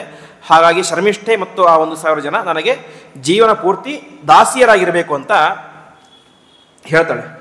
ಇಷ್ಟೆಲ್ಲ ಆದಾಗ ಕೊನೆಗೆ ಆ ರೀತಿಯಾಗಿ ಮಾಡದೇ ಹೋದರೆ ಏನಾಗುತ್ತೆ, ಶುಕ್ರಾಚಾರ್ಯರು ನನ್ನ ರಾಜ್ಯನ ಬಿಟ್ಟು ಹೋಗಿಬಿಡ್ತಾರೆ. ಅದರಿಂದಾಗಿ ನನ್ನ ರಾಜ್ಯಕ್ಕೆ ಅಮಂಗಲ ಆಗುತ್ತೆ. ಹಾಗಾಗಿ ಕೊನೆಗೆ ಶರ್ಮಿಷ್ಠೆ ಸರಿ, ನಾನು ತಪ್ಪು ಮಾಡಿದ್ದೇನೆ, ಹಾಗಾಗಿ ನಾನು ಅವಶ್ಯವಾಗಿ ಸೇವೆಯನ್ನು ಮಾಡ್ತೀನಿ ಅಂತ ಹೋಗಿಬಿಡ್ತಾಳೆ. ಹೀಗೆ ದೇವಯಾನಿಂ ಪರಿಚರತ್ ಸ್ತ್ರೀ ಸಹಸ್ರೇಣ ದಾಸಿವತು ಎಂಬುದಾಗಿ ದೊಡ್ಡ ರಾಜಕುಮಾರನ ಮಗಳಾಗಿದ್ದರೂ ಕೂಡ ಆ ಶರ್ಮಿಷ್ಠೆ ದೇವಯಾನಿಯ ಸೇವೆಯನ್ನು ಮಾಡಲಿಕ್ಕೆ ಅಂತ ಹೋಗ್ತಾಳೆ ಅಂತೆ. ಈ ರೀತಿಯಾಗಿ ಯಯಾತಿ ಮತ್ತು ದೇವಯಾನಿಯ ಸೇವೆಯನ್ನು ಶರ್ಮಿಷ್ಠೆ ಮಾಡ್ತಾ ಇರ್ತಾಳೆ. ಹಿಂದೆ ಹೇಳಿದಂತೆ ಶರ್ಮಿಷ್ಠೆ ಸಾಮಾನ್ಯ ಹೆಣ್ಣಲ್ಲ, ಒಬ್ಬ ರಾಜಕುಮಾರಿ. ಈ ಕಡೆ ದೇವಯಾನಿ ಮತ್ತು ಯಯಾತಿ ಜೀವನ ಮಾಡ್ತಾ ಇದ್ದಾರೆ. ಈ ಯಯಾತಿಗೆ ಪ್ರತಿನಿತ್ಯ ಆ ಶರ್ಮಿಷ್ಠೆಯನ್ನು ನೋಡ್ತಾ ನೋಡ್ತಾ ನೋಡ್ತಾ ಏನಾಯಿತು ಅಂತೆ, ಶರ್ಮಿಷ್ಠೆಯ ಮೇಲೆ ಪ್ರೀತಿ ಉಂಟಾಯಿತು. ಕೊನೆಗೆ ಶರ್ಮಿಷ್ಠೆ ಮತ್ತು ಯಯಾತಿ ರಾಜ ಇಬ್ಬರಿಗೂ ಕೂಡ ಮದುವೆ ಕೂಡ ಆಗಿಬಿಡ್ತಂತೆ. ಈ ವಿಚಾರ ದೇವಯಾನಿಗೆ ಗೊತ್ತೇ ಇಲ್ಲ. ಮುಂದೆ ದೇವಯಾನಿಗೆ 2 ಮಕ್ಕಳು ಹುಟ್ಟಿದರು, ಯದು ಮತ್ತು ತುರ್ವಸು ಅಂತ. ಈ ಶರ್ಮಿಷ್ಠೆಗೆ 3 ಜನ ಗಂಡು ಮಕ್ಕಳು, ದೃಹ್ಯ, ಅನು, ಪೂರು ಅಂತ. ಇಷ್ಟೆಲ್ಲ ಆಯಿತು. ಮದುವೆಯಾಗಿ ಮಕ್ಕಳಾಗಿ ತುಂಬ ವರ್ಷಗಳಾದ ಮೇಲೆ ವಿಚಾರ ಯಾರಿಗೆ ಗೊತ್ತಾಯಿತು ಅಂತೆ, ದೇವಯಾನಿಗೆ ಗೊತ್ತಾಯಿತು. ನನ್ನ ಗಂಡ ನನಗೇ ಗೊತ್ತಿಲ್ಲದಂತೆ ನನ್ನ ಶತ್ರುವಾದಂತಹ ಯಾರನ್ನು ಮದುವೆಯಾಗಿಬಿಟ್ಟಿದ್ದಾನೆ, ಶರ್ಮಿಷ್ಠೆಯನ್ನು ಮದುವೆಯಾಗಿದ್ದಾನೆ. ವಿಚಾರ ಗೊತ್ತಾದಾಗಿ ನೇರವಾಗಿ ತನ್ನ ಮಕ್ಕಳನ್ನು ಕೂಡ ಕರೆದುಕೊಂಡು ತಂದೆಯ ಮನೆಗೆ ಹೋಗಿಬಿಡ್ತಾಳೆ, ಶುಕ್ರಾಚಾರ್ಯರ ಮನೆಗೆ. ಶುಕ್ರಾಚಾರ್ಯರು ಹೇಳಿ ಕೇಳಿ ದೊಡ್ಡ ಜ್ಞಾನಿಗಳು, ಮಹಾಕೋಪಿಷ್ಠರು. ಅವರೇನು ಮಾಡ್ತಾರೆ, ತನ್ನ ಅಳಿಯನಿಗೆ ಶಾಪ ಕೊಟ್ಬಿಡ್ತಾರೆ ಅಂತೆ. ಏನಂತ, ನೀನು ಕಾಮುಕತನದಿಂದ ಏನು ಮಾಡಿದ್ದೀಯಾ, ನನ್ನ ಮಗಳನ್ನು ಬಿಟ್ಟು ಇನ್ನೊಬ್ಬಳನ್ನು ಮದುವೆಯಾಗಿದ್ದೀಯಾ, ಹಾಗಾಗಿ ನಿನಗೆ ತ್ವಾಂಜರ ವಿಷತೆ ಮಂದ ವಿರೂಪ ಕರಣೀ ದೃಢಾಮ ಎಂಬುದಾಗಿ ಯಾವ ಯೌವನದಿಂದಾಗಿ ಇನ್ನೊಬ್ಬ ಹೆಣ್ಣನ್ನು ಮದುವೆಯಾದೆಯೋ ನಿನ್ನ ಆ ಯೌವನವೇ ನಾಶವಾಗಿ ಹೋಗಲಿ ಶಾಪ ಕೊಟ್ಬಿಡ್ತಾರೆ. ಅಂದರೆ ಇವನಿಗೆ ಒಳ್ಳೆಯ ತಾರುಣ್ಯ ಇತ್ತು, ಆ ತಾರುಣ್ಯ ನಾಶ ಆಗಿ ಮುಪ್ಪು ಆವರಿಸಿಬಿಡ್ತು. 90 ಹಣ್ಣು ಮುದುಕನಾಗಿ ಬಿಟ್ಟ ಯಯಾತಿ. ಇಷ್ಟೆಲ್ಲ ತಪ್ಪು ಮಾಡಿದ್ದಾನೆ, ಶಾಪ ಕೂಡ ಬಂದಿದೆ. ಅಷ್ಟಾದರೂ ಕೂಡ ಅವನ ಭೋಗದ ಆಸೆ ಕಡಿಮೆ ಆಗಿರಲಿಲ್ಲ ಅಂತೆ. ಶುಕ್ರಾಚಾರ್ಯರ ಹತ್ತಿರ ಮತ್ತೆ ಪ್ರಾರ್ಥನೆ ಮಾಡ್ತಾರೆ, ತನ್ನ ಮಾವನ ಹತ್ತಿರ, ದಯವಿಟ್ಟು ಹೇಗಾದರೂ ಮಾಡಿ ನನ್ನ ತಾರುಣ್ಯವನ್ನು ವಾಪಸ್ ಕೊಡಿ ಅಂತ. ಅದಕ್ಕೆ ಶುಕ್ರಾಚಾರ್ಯ ಹೇಳ್ತಾರೆ, ಅದನ್ನು ಕೊಡಬೇಕು ಅಂತ ಹೇಳಿದ್ರೆ ನಿನಗೆ 5 ಜನ ಮಕ್ಕಳಿದ್ದಾರೆ, ಒಳ್ಳೆ ತರುಣರು ಅವರೆಲ್ಲ. ಅವರಲ್ಲಿ ಯಾರಾದ್ರೂ ಹತ್ರ ಹೋಗಿ ಕೇಳಿ, ನೀನು ನನ್ನ ವಯಸ್ಸಾದಂತಹ ದೇಹವನ್ನು ನಿಮಗೆ ಕೊಡ್ತೇನೆ, ನಿಮ್ಮ ತಾರುಣ್ಯವನ್ನು ನನಗೆ ಕೊಡಿ ಅಂತ. ಹಾಗೆ ಯಾರಾದರೂ ಒಪ್ಪಿಕೊಂಡ್ರೆ ನೀನು ಅವರ ತಾರುಣ್ಯವನ್ನು ಸ್ವೀಕಾರ ಮಾಡಬಹುದು ಅಂತ. ಯಯಾತಿ ತುಂಬ ಸಂತೋಷ ಆಗಿಬಿಡುತ್ತೆ, ನನಗೆ ಹೇಗೂ 5 ಜನ ಮಕ್ಕಳಿದ್ದಾರೆ, ಅದು ಒಬ್ಬರಾದರೂ ಒಪ್ಕೊಳ್ತಾರೆ ಅಂತ 5 ಜನ ಮಕ್ಕಳ ಹತ್ರ ಹೋಗ್ತಾನೆ. ಯಾರೂ ಕೂಡ ತಮ್ಮ ತಾರುಣ್ಯವನ್ನು ಕೊಟ್ಟು ವಯಸ್ಸಾದದ್ದನ್ನು ಸ್ವೀಕಾರ ಮಾಡಲಿಕ್ಕೆ ಮುಂದೆ ಬರೋದಿಲ್ಲ. ಸಹಜ, ಯಾರಾದರೂ ಕೂಡ ಯಾಕೆ ಒಳ್ಳೆ ತಾರುಣ್ಯದಲ್ಲಿ ಇರುವಂಥವ್ರು ಮುದಿತನವನ್ನು ಯಾಕೆ ಬಯಸ್ತಾರೆ, ಆ ವಾರ್ಧಕ್ಯವನ್ನು ಯಾರು ಬಯಸ್ತಾರೆ, ಯಾರು ಕೂಡ ಬೇಡ ಅಂತ ಅಂತಾರೆ. ಕೊನೆಗೆ ಪೂರು ಅನ್ನುವಂಥ ಒಪ್ಕೊಳ್ತಾನೆ ಅಂತೆ. ಅಪ್ಪ, ನೀನು ನಮಗೆ ಈ ದೇಹವನ್ನು ಕೊಟ್ಟು ದೊಡ್ಡ ಉಪಕಾರವನ್ನು ಮಾಡಿದ್ದೀಯಾ. ಗರುಡ ಪುರಾಣದಲ್ಲಿ ಒಂದು ಮಾತು ಬರುತ್ತೆ, ಯಾರು ನಿಜವಾದಂತಹ ಮಗ ಅಂತ ಹೇಳಿದರೆ ಜೀವಿತೆ ವಾಕ್ಯೀಕರಣಾತ್ ಪ್ರತ್ಯಬ್ಧಂ ಭೂರಿ ಭೋಜನಾತ್ ಗಯಾಯ ಪಿಂಡದಾನಾಚ್ಚ ಅಂತ. ಬದುಕಿದ್ದಾಗ ತಂದೆ ತಾಯಿಗಳ ಆಸೆಯನ್ನು ಈಡೇರಿಸುವುದು, ಅವರು ಮರಣವನ್ನು ಹೊಂದಿದ ಮೇಲೆ ಅವರ ಶ್ರಾದ್ದವನ್ನು ಸರಿಯಾಗಿ ಮಾಡುವುದು, ಕೊನೆಗೆ ಒಂದು ಸಲವಾದರೂ ಕೂಡ ಗಯಾದಲ್ಲಿ ಶ್ರಾದ್ದವನ್ನು ಮಾಡುವಂಥವ್ನು ನಿಜವಾದ ಮಗ ಅಂತ ಕರೆಸ್ಕೊಳ್ತಾನೆ ಅಂತೆ. ಅದಕ್ಕೆ ಪೂರು ಹೇಳ್ತಾರೆ, ಅಪ್ಪ ನೀವು ಬದುಕಿದ್ದೀರಾ, ನನ್ನ ಹತ್ತಿರ ಪ್ರಾರ್ಥನೆ ಮಾಡ್ತಾ ಇದ್ದೀರಾ, ಹಾಗಾಗಿ ನಿಮ್ಮ ಋಣವನ್ನು ತೀರಿಸಲಿಕ್ಕೆ ದೊಡ್ಡ ಅವಕಾಶ ಅಂತ ಅಂದುಕೊಂಡು ಆ ಪೂರು ಏನು ಮಾಡ್ತಾನೆ, ತನ್ನ ಯೌವನವನ್ನು ತನ್ನ ತಂದೆಗೆ ಕೊಟ್ಟು ಅವನ ಮುದಿತನವನ್ನು ತಾನು ಸ್ವೀಕಾರ ಮಾಡ್ತಾನೆ ಅಂತೆ. ಇಷ್ಟೆಲ್ಲ ಆಯಿತು. ಕೊನೆಗೆ ಮುಂದೆ ಅನೇಕ ವರ್ಷಗಳ ಕಾಲ ಯಯಾತಿ 1000 ವರ್ಷಗಳ ಕಾಲ ಏನು ಮಾಡ್ತಾನೆ ಅಂತ ವಿಷಯ ಸುಖಗಳನ್ನು ಅನುಭವಿಸಲಿಕ್ಕೆ ಶುರು ಮಾಡ್ತಾನೆ. 2 ಹೆಂಡತಿಯರು, ಅನೇಕ ರೀತಿಯ ಭೋಗವನ್ನು ಮಾಡ್ತಾನೆ. ಇಷ್ಟು ಭೋಗ ಆದ ಮೇಲೆ ಕೊನೆಗೆ 1000 ವರ್ಷ ಆದ ಮೇಲೆ ಯಯಾತಿಗೆ ವೈರಾಗ್ಯ ಬರುತ್ತೆ ಅಂತೆ. ನಜಾತು ಕಾಮಾನ ಉಪಭೋಗೇನ ಶಾಮ್ಯತಿ ಅಂತ ಹವಿಷಾ ಕೃಷ್ಣಮರ್ತ್ಮೇವ ಭೂಯ ಏವಾಭಿವರ್ಧತೆ ಅಂತ ಎಷ್ಟು ಭೋಗಗಳನ್ನು ಅನುಭವಿಸಿದ್ರು ಕೂಡ ಅದಕ್ಕೆ ತೃಪ್ತಿಪಡಿಸಲಿಕ್ಕೆ ಸಾಧ್ಯ ಇಲ್ಲ ಅಂತ ಹೇಳ್ತಾನೆ. ಅದು ಹೇಗೆ ಅಂತ ಹೇಳಿದರೆ, ಉರಿತಾ ಇರುವಂತಹ ಬೆಂಕಿಗೆ ತುಪ್ಪ ಹಾಕಿದರೆ ಏನಾಗುತ್ತೆ, ಬೆಂಕಿನಷ್ಟು ಜಾಸ್ತಿ ಉರಿಯುತ್ತೆ ಹೊರತು ಕಡಿಮೆ ಆಗೋದಿಲ್ಲ. ಹಾಗೆ ಭೋಗಗಳನ್ನು ಕೂಡ ಅನುಭವಿಸೋದು ಅಂತ ಕೊನೆಗೆ ತಾನು ವೈರಾಗ್ಯದಿಂದಾಗಿ ತನ್ನ ಯೌವನವನ್ನು ತಾನು ಯಾರಿಗೆ ಕೊಡ್ತಾನೆ, ಮತ್ತೆ ಪುನಃ ವಾಪಸ್ ತನ್ನ ಮಗನಾದ ಪೂರ್ವಿಗೆ ಕೊಡ್ತಾನೆ. ಅವನ ಮುದಿತನವನ್ನು ತಾನು ಸ್ವೀಕಾರ ಮಾಡಿ ತಾನು ಕಾಡಿಗೆ ಹೋಗಿ ವಿಶೇಷವಾದಂತಹ ತಪಸ್ಸನ್ನು ಮಾಡಿ ಮುಂದೆ ವಿಶೇಷವಾದಂಥ ಪರಮಾತ್ಮನ ಅನುಗ್ರಹಕ್ಕೆ ಪಾತ್ರನಾಗ್ತಾನೆ ಎಂಬುದಾಗಿ ತಿಳಿಸ್ತಾರೆ. ಹೀಗೆ ಒಟ್ಟು 5 ಜನ ಗಂಡು ಮಕ್ಕಳು, ಅದರಲ್ಲಿ ಒಬ್ಬ ಪೂರು ಅಂತ. ಆ ಪೂರ್ವಿನ ವಂಶವೇನೆ ಪ್ರಸಿದ್ಧವಾದಂಥ ಕುರುವಂಶ. ಇವತ್ತಿನ ಪಾಂಡವರು ಮತ್ತು ಕೌರವರು ಬಂದಿದ್ದಾರೆ, ಆ ವಂಶಕ್ಕೆ ಮೂಲ ಪುರುಷ ಈ ಪೂರು ಅಂತ. ಆ ಪೂರ್ವಿನ ಸಂತಾನದಲ್ಲಿ ಬಂದಂಥವರು ಪಾಂಡವರು ಮತ್ತು ಕೌರವರು. ಈ ಕಡೆ ಇನ್ನೊಬ್ಬ ಮಗ ಇದ್ದ, ಯದು ಮತ್ತು ತುರ್ವಸು ಅಂತ. ಅದರಲ್ಲಿ ಯದುವಿನ ಸಂತಾನವೇನೆ ಯಾದವರು. ಆ ಯಾದವರ ವಂಶದಲ್ಲಿ ಬಂದಂಥವನು ಶ್ರೀಕೃಷ್ಣ ಪರಮಾತ್ಮ. ಹೀಗೆ ಅದಕ್ಕೆ ಮೂಲ ಕಾರಣ ಈ ಯಯಾತಿ ಎಂಬುದಾಗಿ ಅವನ ಚರಿತ್ರೆಯನ್ನು ತಿಳಿಸ್ತಾರೆ. ಮುಂದೆ ರಂತಿದೇವ ಅಂತ ವಿಶೇಷವಾಗಿ ತ್ಯಾಗವನ್ನು ಮಾಡಿದಂತಹ ವ್ಯಕ್ತಿ. ಆ ರಂತಿದೇವ ಏನು ಅಂತ ಹೇಳಿದರೆ, ಒಬ್ಬ ದೊಡ್ಡ ರಾಜ, ಪುರುವಂಶದಲ್ಲಿ ಬಂದಂತಹ ರಾಜ ರಂತಿದೇವ ಅಂತ, ಪುರುವಿನ ಸಂತಾನ. ಅವನ ರಾಜ್ಯದಲ್ಲಿ ಒಂದು ಸಲ ದೊಡ್ಡ ಬರಗಾಲ ಬಂದುಬಿಡುತ್ತೆ. 3-4 ವರ್ಷ ಮಳೆಯೇ ಬರೋದಿಲ್ಲ. ಕೊನೆಗೆ ಒಬ್ಬ ಜ್ಯೋತಿಷ್ಕರು ಹೇಳ್ತಾರೆ, ರಾಜ ನೀನು ರಂತಿದೇವ 48 ದಿವಸಗಳ ಕಾಲ ಉಪವಾಸವನ್ನು ಮಾಡಿದರೆ ಅದರಿಂದ ಏನಾಗುತ್ತೆ, ಬರಗಾಲ ಪರಿಹಾರ ಆಗುತ್ತೆ ಅಂತ ಹೇಳ್ತಾರೆ. ಕೊನೆಗೆ ರಂತಿದೇವ ಸರಿ ಹಾಗೆ ಆಗಲಿ ಅಂತ 48 ದಿವಸಗಳ ಕಾಲ ಏನು ಮಾಡ್ತಾನೆ, ಉಪವಾಸ ವ್ರತವನ್ನು ಮಾಡ್ತಾನೆ. ಅದರಿಂದ ಪರಮಾತ್ಮ ಪ್ರೀತನಾಗ್ತಾನೆ, ಮಳೆ ಬರಲಿಕ್ಕೆ ಶುರುವಾಗುತ್ತೆ. ಅಷ್ಟೇ 48 ದಿವಸ ಆಯಿತು, ಉಪವಾಸ ಮಾಡಿದ್ದಾನೆ. ಮರು ದಿವಸ ಆಹಾರ ಸ್ವೀಕಾರ ಮಾಡ್ಕೊಳ್ಬೇಕು. ಆಹಾರಕ್ಕೆ ಸ್ವಲ್ಪವೇ ಸ್ವಲ್ಪ ಆಹಾರ ಇದೆ, ಯಾಕೆಂದರೆ ಸಂಪೂರ್ಣ ಬರಗಾಲ. ಆಹಾರ ಸ್ವೀಕಾರ ಮಾಡಬೇಕು ಅಂತ ಕೂತ್ಕೊಳ್ತಾನೆ. 48 ದಿವಸ ಉಪವಾಸ ಇದ್ದರೂ ಕೂಡ ಅವನು ನಿಯಮ ಇಟ್ಕೊಂಡಿರ್ತಾನೆ, ನಾನು ಸುಮ್ಮನೆ ಊಟವನ್ನು ಮಾಡಬಾರ್ದು, ಒಬ್ಬ ಅತಿಥಿಗೆ ಅನ್ನದಾನ ಮಾಡಬೇಕು ಅಂತ.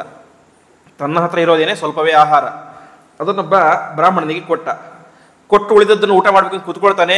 ಇನ್ನೊಬ್ಬ ಯಾರೋ ಒಬ್ಬ ವ್ಯಕ್ತಿ ಭಿಕ್ಷೆ ಹಾಕಿ ಅಂತ ಬರ್ತಾನೆ ಅಂತೆ. ಅದರಲ್ಲಿದ್ದಂತಹ ಸ್ವಲ್ಪ ಆಹಾರವನ್ನು ಅವನಿಗೆ ಭಿಕ್ಷೆಯನ್ನಾಗಿ ಕೊಟ್ಟ. ಅವನು ಹೋದ ತಕ್ಷಣ ಇನ್ನೊಬ್ಬ ವ್ಯಾಧ ಬಂದ, ಬೇಡ ವ್ಯಕ್ತಿ ಬಂದ. ಅವನ ಕೈಯಲ್ಲಿ ನಾಯಿಗಳಿದ್ದಾವೆ, ನಾಯಿಗೂ ಆಹಾರ ಬೇಕು, ಆ ಬೇಡನಿಗೂ ಆಹಾರ ಬೇಕು. ಕೊನೆಗೆ ತನ್ನ ಕೈಯಲ್ಲಿದ್ದಂತಹ ಆಹಾರವನ್ನು ಅವನಿಗೂ ಕೊಟ್ಬಿಟ್ಟ. ಕೊನೆಗೆ ಆಹಾರ ಎಲ್ಲೂ ಕೂಡ ಖಾಲಿಯಾಗಿ ಬಿಡುತ್ತು. ತಾನು 42 ದಿವಸ ಉಪವಾಸ ಇದ್ದಾನೆ. ಕೊನೆಗೆ ನೀರು ಮಾತ್ರ ಉಳಿತುವಂತೆ. ನೀರನ್ನಾದರೂ ಕುಡಿಯೋಣ ಅಂತ ನೀರು ಎತ್ತಲಿಕ್ಕೆ ಪ್ರಾರಂಭ ಮಾಡ್ತಾನೆ. ಇನ್ನೊಬ್ಬ ವ್ಯಕ್ತಿ ಬರ್ತಾನೆ, ಅವನೊಬ್ಬ ಚಂಡಾಲ ಬಂದು ಕೇಳ್ತಾನೆ, ದಯವಿಟ್ಟು ನನಗೆ ನೀರು ಕುಡಿ ಅಂತ. ಕೊನೆಗೆ ಪರಮಾತ್ಮನ ಸಂಕಲ್ಪವೇ ಇದೇ ರೀತಿ ಇರಬೇಕು ಅಂತ ನೀರನ್ನು ಕೂಡ ಯಾರಿಗೆ ಕೊಟ್ಟುಬಿಡ್ತಾನೆ, ಆ ಚಂಡಾಲನಿಗೆ ಕೊಟ್ಟು, ಪರಮಾತ್ಮ ನೀನು ಪ್ರೀತನಾಗುವಂತ ಸರ್ವಪ್ರಾಣಿ ಹೃದಯಸ್ಥಾಯ ವಾಮನಾಯ ನಮೋ ನಮಃ ಅಂತ ಪರಮಾತ್ಮನು ಪ್ರತಿಯೊಬ್ಬರಲ್ಲೂ ಇದ್ದೀಯಾ, ಆ ಚಂಡಾಲನಲ್ಲೂ ನೀನೇ ಇದ್ದೀಯಾ, ನಾಯಿಯಲ್ಲೂ ನೀನೇ ಇದ್ದೀಯಾ, ನನ್ನಲ್ಲೂ ನೀನೇ ಇದ್ದೀಯಾ, ನೀನು ಪ್ರೀತನಾಗುವಂಥ ಎಲ್ಲವನ್ನು ಕೂಡ ಕೊಟ್ಟುಬಿಡ್ತಾನೆ ಅಂತ. ಆವಾಗ ಪರಮಾತ್ಮನೇ ವಾಸ್ತವಿಕವಾಗಿ ಅವನನ್ನು ಪರೀಕ್ಷೆ ಮಾಡಬೇಕು ಅಂತ ಬಂದಿದ್ದು, ಆಯಾ ರೂಪಗಳಿಂದಾಗಿ ಅವರನ್ನು ಕಳಿಸಿದ್ದು. ಕೊನೆಗೆ ಯಾವಾಗ ತನ್ನ ಬಗ್ಗೆ ಇಟ್ಟುಕೊಂಡಂತಹ ಪ್ರತಿಯೊಂದು ಆಹಾರವನ್ನು ಕೂಡ ಕೊನೆಗೆ ಒಂದು ಹನಿ ನೀರನ್ನು ಕೂಡ ಅದಕ್ಕೆ ಕೊಟ್ಟುಬಿಟ್ಟು, ಆವಾಗ ಪರಮಾತ್ಮ ವಿಶೇಷವಾಗಿ ಸುಪ್ರೀತನಾಗಿ ತಾನೇನು ಮಾಡ್ತಾನೆ, ಮುಂದೆ ಆ ರಾಜ್ಯಕ್ಕೆ ವಿಶೇಷವಾದ ಸಂಪತ್ತು, ಒಳ್ಳೆ ಮಳೆ ಬೆಳೆ ಎಲ್ಲವನ್ನು ಕೂಡ ಕೊಟ್ಟು ನಿರಂತರವಾಗಿ ಕಾಪಾಡ್ತಾ ಇರ್ತಾನೆ ಎಂಬುದಾಗಿ ಹೇಳ್ತಾರೆ. ಹಾಗಾಗಿ ರಾಜನೊಬ್ಬ ಸರಿಯಾಗಿದ್ದರೆ ಏನಾಗುತ್ತೆ, ರಾಜ್ಯವೆಲ್ಲವೂ ಕೂಡ ಸರಿಯಾಗಿರುತ್ತೆ ಅಂತೆ. ಹಾಗಾಗಿ ರಂತಿದೇವ ವಾಸ್ತವಿಕವಾಗಿ ಅವನಿಗೆ ಆಹಾರಕ್ಕೆ ಕಡಿಮೆ ಇರಲಿಲ್ಲ, ಒಬ್ಬ ದೇಶದ ರಾಜ. ಹಾಗಾಗಿ ಬೇಕಾದಷ್ಟು ಆಹಾರ ಇತ್ತು. ಕಷ್ಟ ಬಂದಿದ್ದಾರಿಗೆ, ಪ್ರಜೆಗಳಿಗೆ, ಅವರು ಉಪವಾಸ ಮಾಡಲಿ ಅಂತ ಬಿಡಲಿಲ್ಲ. ಹೊರತು ತಾನೇ ಮಾಡಿದ, ತಾನೇ ಉಪವಾಸ ಮಾಡಬೇಕು ಅಂತ 48 ದಿವಸಗಳ ಕಾಲ ನಿರಾಹಾರನಾಗಿ ಒಂದು ಹನಿ ನೀರನ್ನು ಕೂಡ ತೆಗೆದುಕೊಳ್ಳದಂತೆ ಉಪವಾಸವನ್ನು ಮಾಡಿದ. ಅದರಿಂದಾಗಿ ಪರಮಾತ್ಮ ಸುಪ್ರೀತನಾಗಿ ಅವರಿಗೆ ವಿಶೇಷವಾದಂತಹ ಅನುಗ್ರಹವನ್ನು ಮಾಡ್ತಾನೆ ಎಂಬುದಾಗಿ ನವಸ್ಕಂದದಲ್ಲಿ ತಿಳಿಸ್ತಾರೆ. ಈ ರೀತಿಯಾಗಿ ಒಬ್ಬೊಬ್ಬರ ಕಥೆಯು ಕೂಡ ನಮಗೆ ಒಂದೊಂದು ಪಾಠವನ್ನು ತಿಳಿಸಿಕೊಡ್ತಾ ಹೋಗುತ್ತೆ. ರಂತಿದೇವ ತ್ಯಾಗ, ನಮಗೇನಿದೆಯೋ ಅದನ್ನು ಇನ್ನೊಬ್ಬರ ಜೊತೆ ಹಂಚಿಕೊಂಡು ತಿನ್ನಬೇಕು ಅಂತ. ಅಂಬರೀಷ ಮಹಾರಾಜ ಧರ್ಮದ ನಿಷ್ಠೆ, ಪ್ರಾಮಾಣಿಕತೆ, ಏಕಾದಶಿ ಉಪವಾಸ ಇದರ ಬಗ್ಗೆ ತಿಳಿಸಿಕೊಡ್ತಾನೆ. ಅದೇ ರೀತಿಯಾಗಿ ನಾಭಾಗ, ಅದು ಪ್ರಾಮಾಣಿಕತೆ, ನಮ್ಮದಲ್ಲದ್ದನ್ನು ನಾವು ಮುಟ್ಟು ಕೂಡ ನೋಡಬಾರ್ದು ಅಂತ ಆ ರೀತಿಯಾಗಿ ತಿಳಿಸಿಕೊಡ್ತಾರೆ. ಈ ರೀತಿಯಾಗಿ ಒಬ್ಬೊಬ್ಬರ ಚರಿತ್ರೆಯಿಂದಲೂ ಕೂಡ ವಿಶೇಷವಾದ ಒಂದೊಂದು ಗುಣಗಳನ್ನು ಹೇಳಿ ಮುಂದೆ ಯಾವ ಪರೀಕ್ಷಿತ ಮಹಾರಾಜ ಪ್ರಶ್ನೆ ಮಾಡ್ತಾನೆ ಅಂತೆ, ದ್ರೌಣ್ಯಸ್ತ್ರ ವಿಪ್ಲುಷ್ಟ ವಿಧಂ ಮದಂಗಂ ಸಂತಾನ ಬೀಜಂ ಕುರುಪಾಂಡವಾನ ಎಂಬುದಾಗಿ ನನ್ನನ್ನು ಉದ್ಧಾರ ಮಾಡಿದಂತಹ, ನನ್ನನ್ನು ಬದುಕಿಸಿದಂತಹ ಶ್ರೀಕೃಷ್ಣ ಪರಮಾತ್ಮನ ಚರಿತ್ರೆ ನನಗೆ ತಿಳಿಸಿ ಎಂಬುದಾಗಿ ಆ ಪರೀಕ್ಷಿತ ಮಹಾರಾಜ ಪ್ರಶ್ನೆ ಮಾಡ್ತಾನೆ. ಮುಂದೆ ಶುಕಾಚಾರ್ಯರು ಆ ಪರೀಕ್ಷಿತ್ ಮಹಾರಾಜನನ್ನು ಬದುಕಿಸಿದಂತಹ, ಇಡೀ ಪಾಂಡವರ ವಂಶಕ್ಕೆ ಉದ್ಧಾರವನ್ನು ಮಾಡಿದಂತಹ ಶ್ರೀಕೃಷ್ಣ ಪರಮಾತ್ಮನ ಚರಿತ್ರೆಯನ್ನು ಹೇಳ್ತಾ ಹೋಗ್ತಾರೆ. ಆ ಶ್ರೀಕೃಷ್ಣ ಪರಮಾತ್ಮನ ಚರಿತ್ರೆಯನ್ನು ನಾಳೆ ದಿವಸ ದಶಮಸ್ಕಂದದಲ್ಲಿ ನೋಡೋಣ ಎಂಬುದಾಗಿ ಹೇಳ್ತಾ ಇಂದಿನ ಪ್ರವಚನವನ್ನು ಶ್ರೀಕೃಷ್ಣಾರ್ಪಣಮಸ್ತು.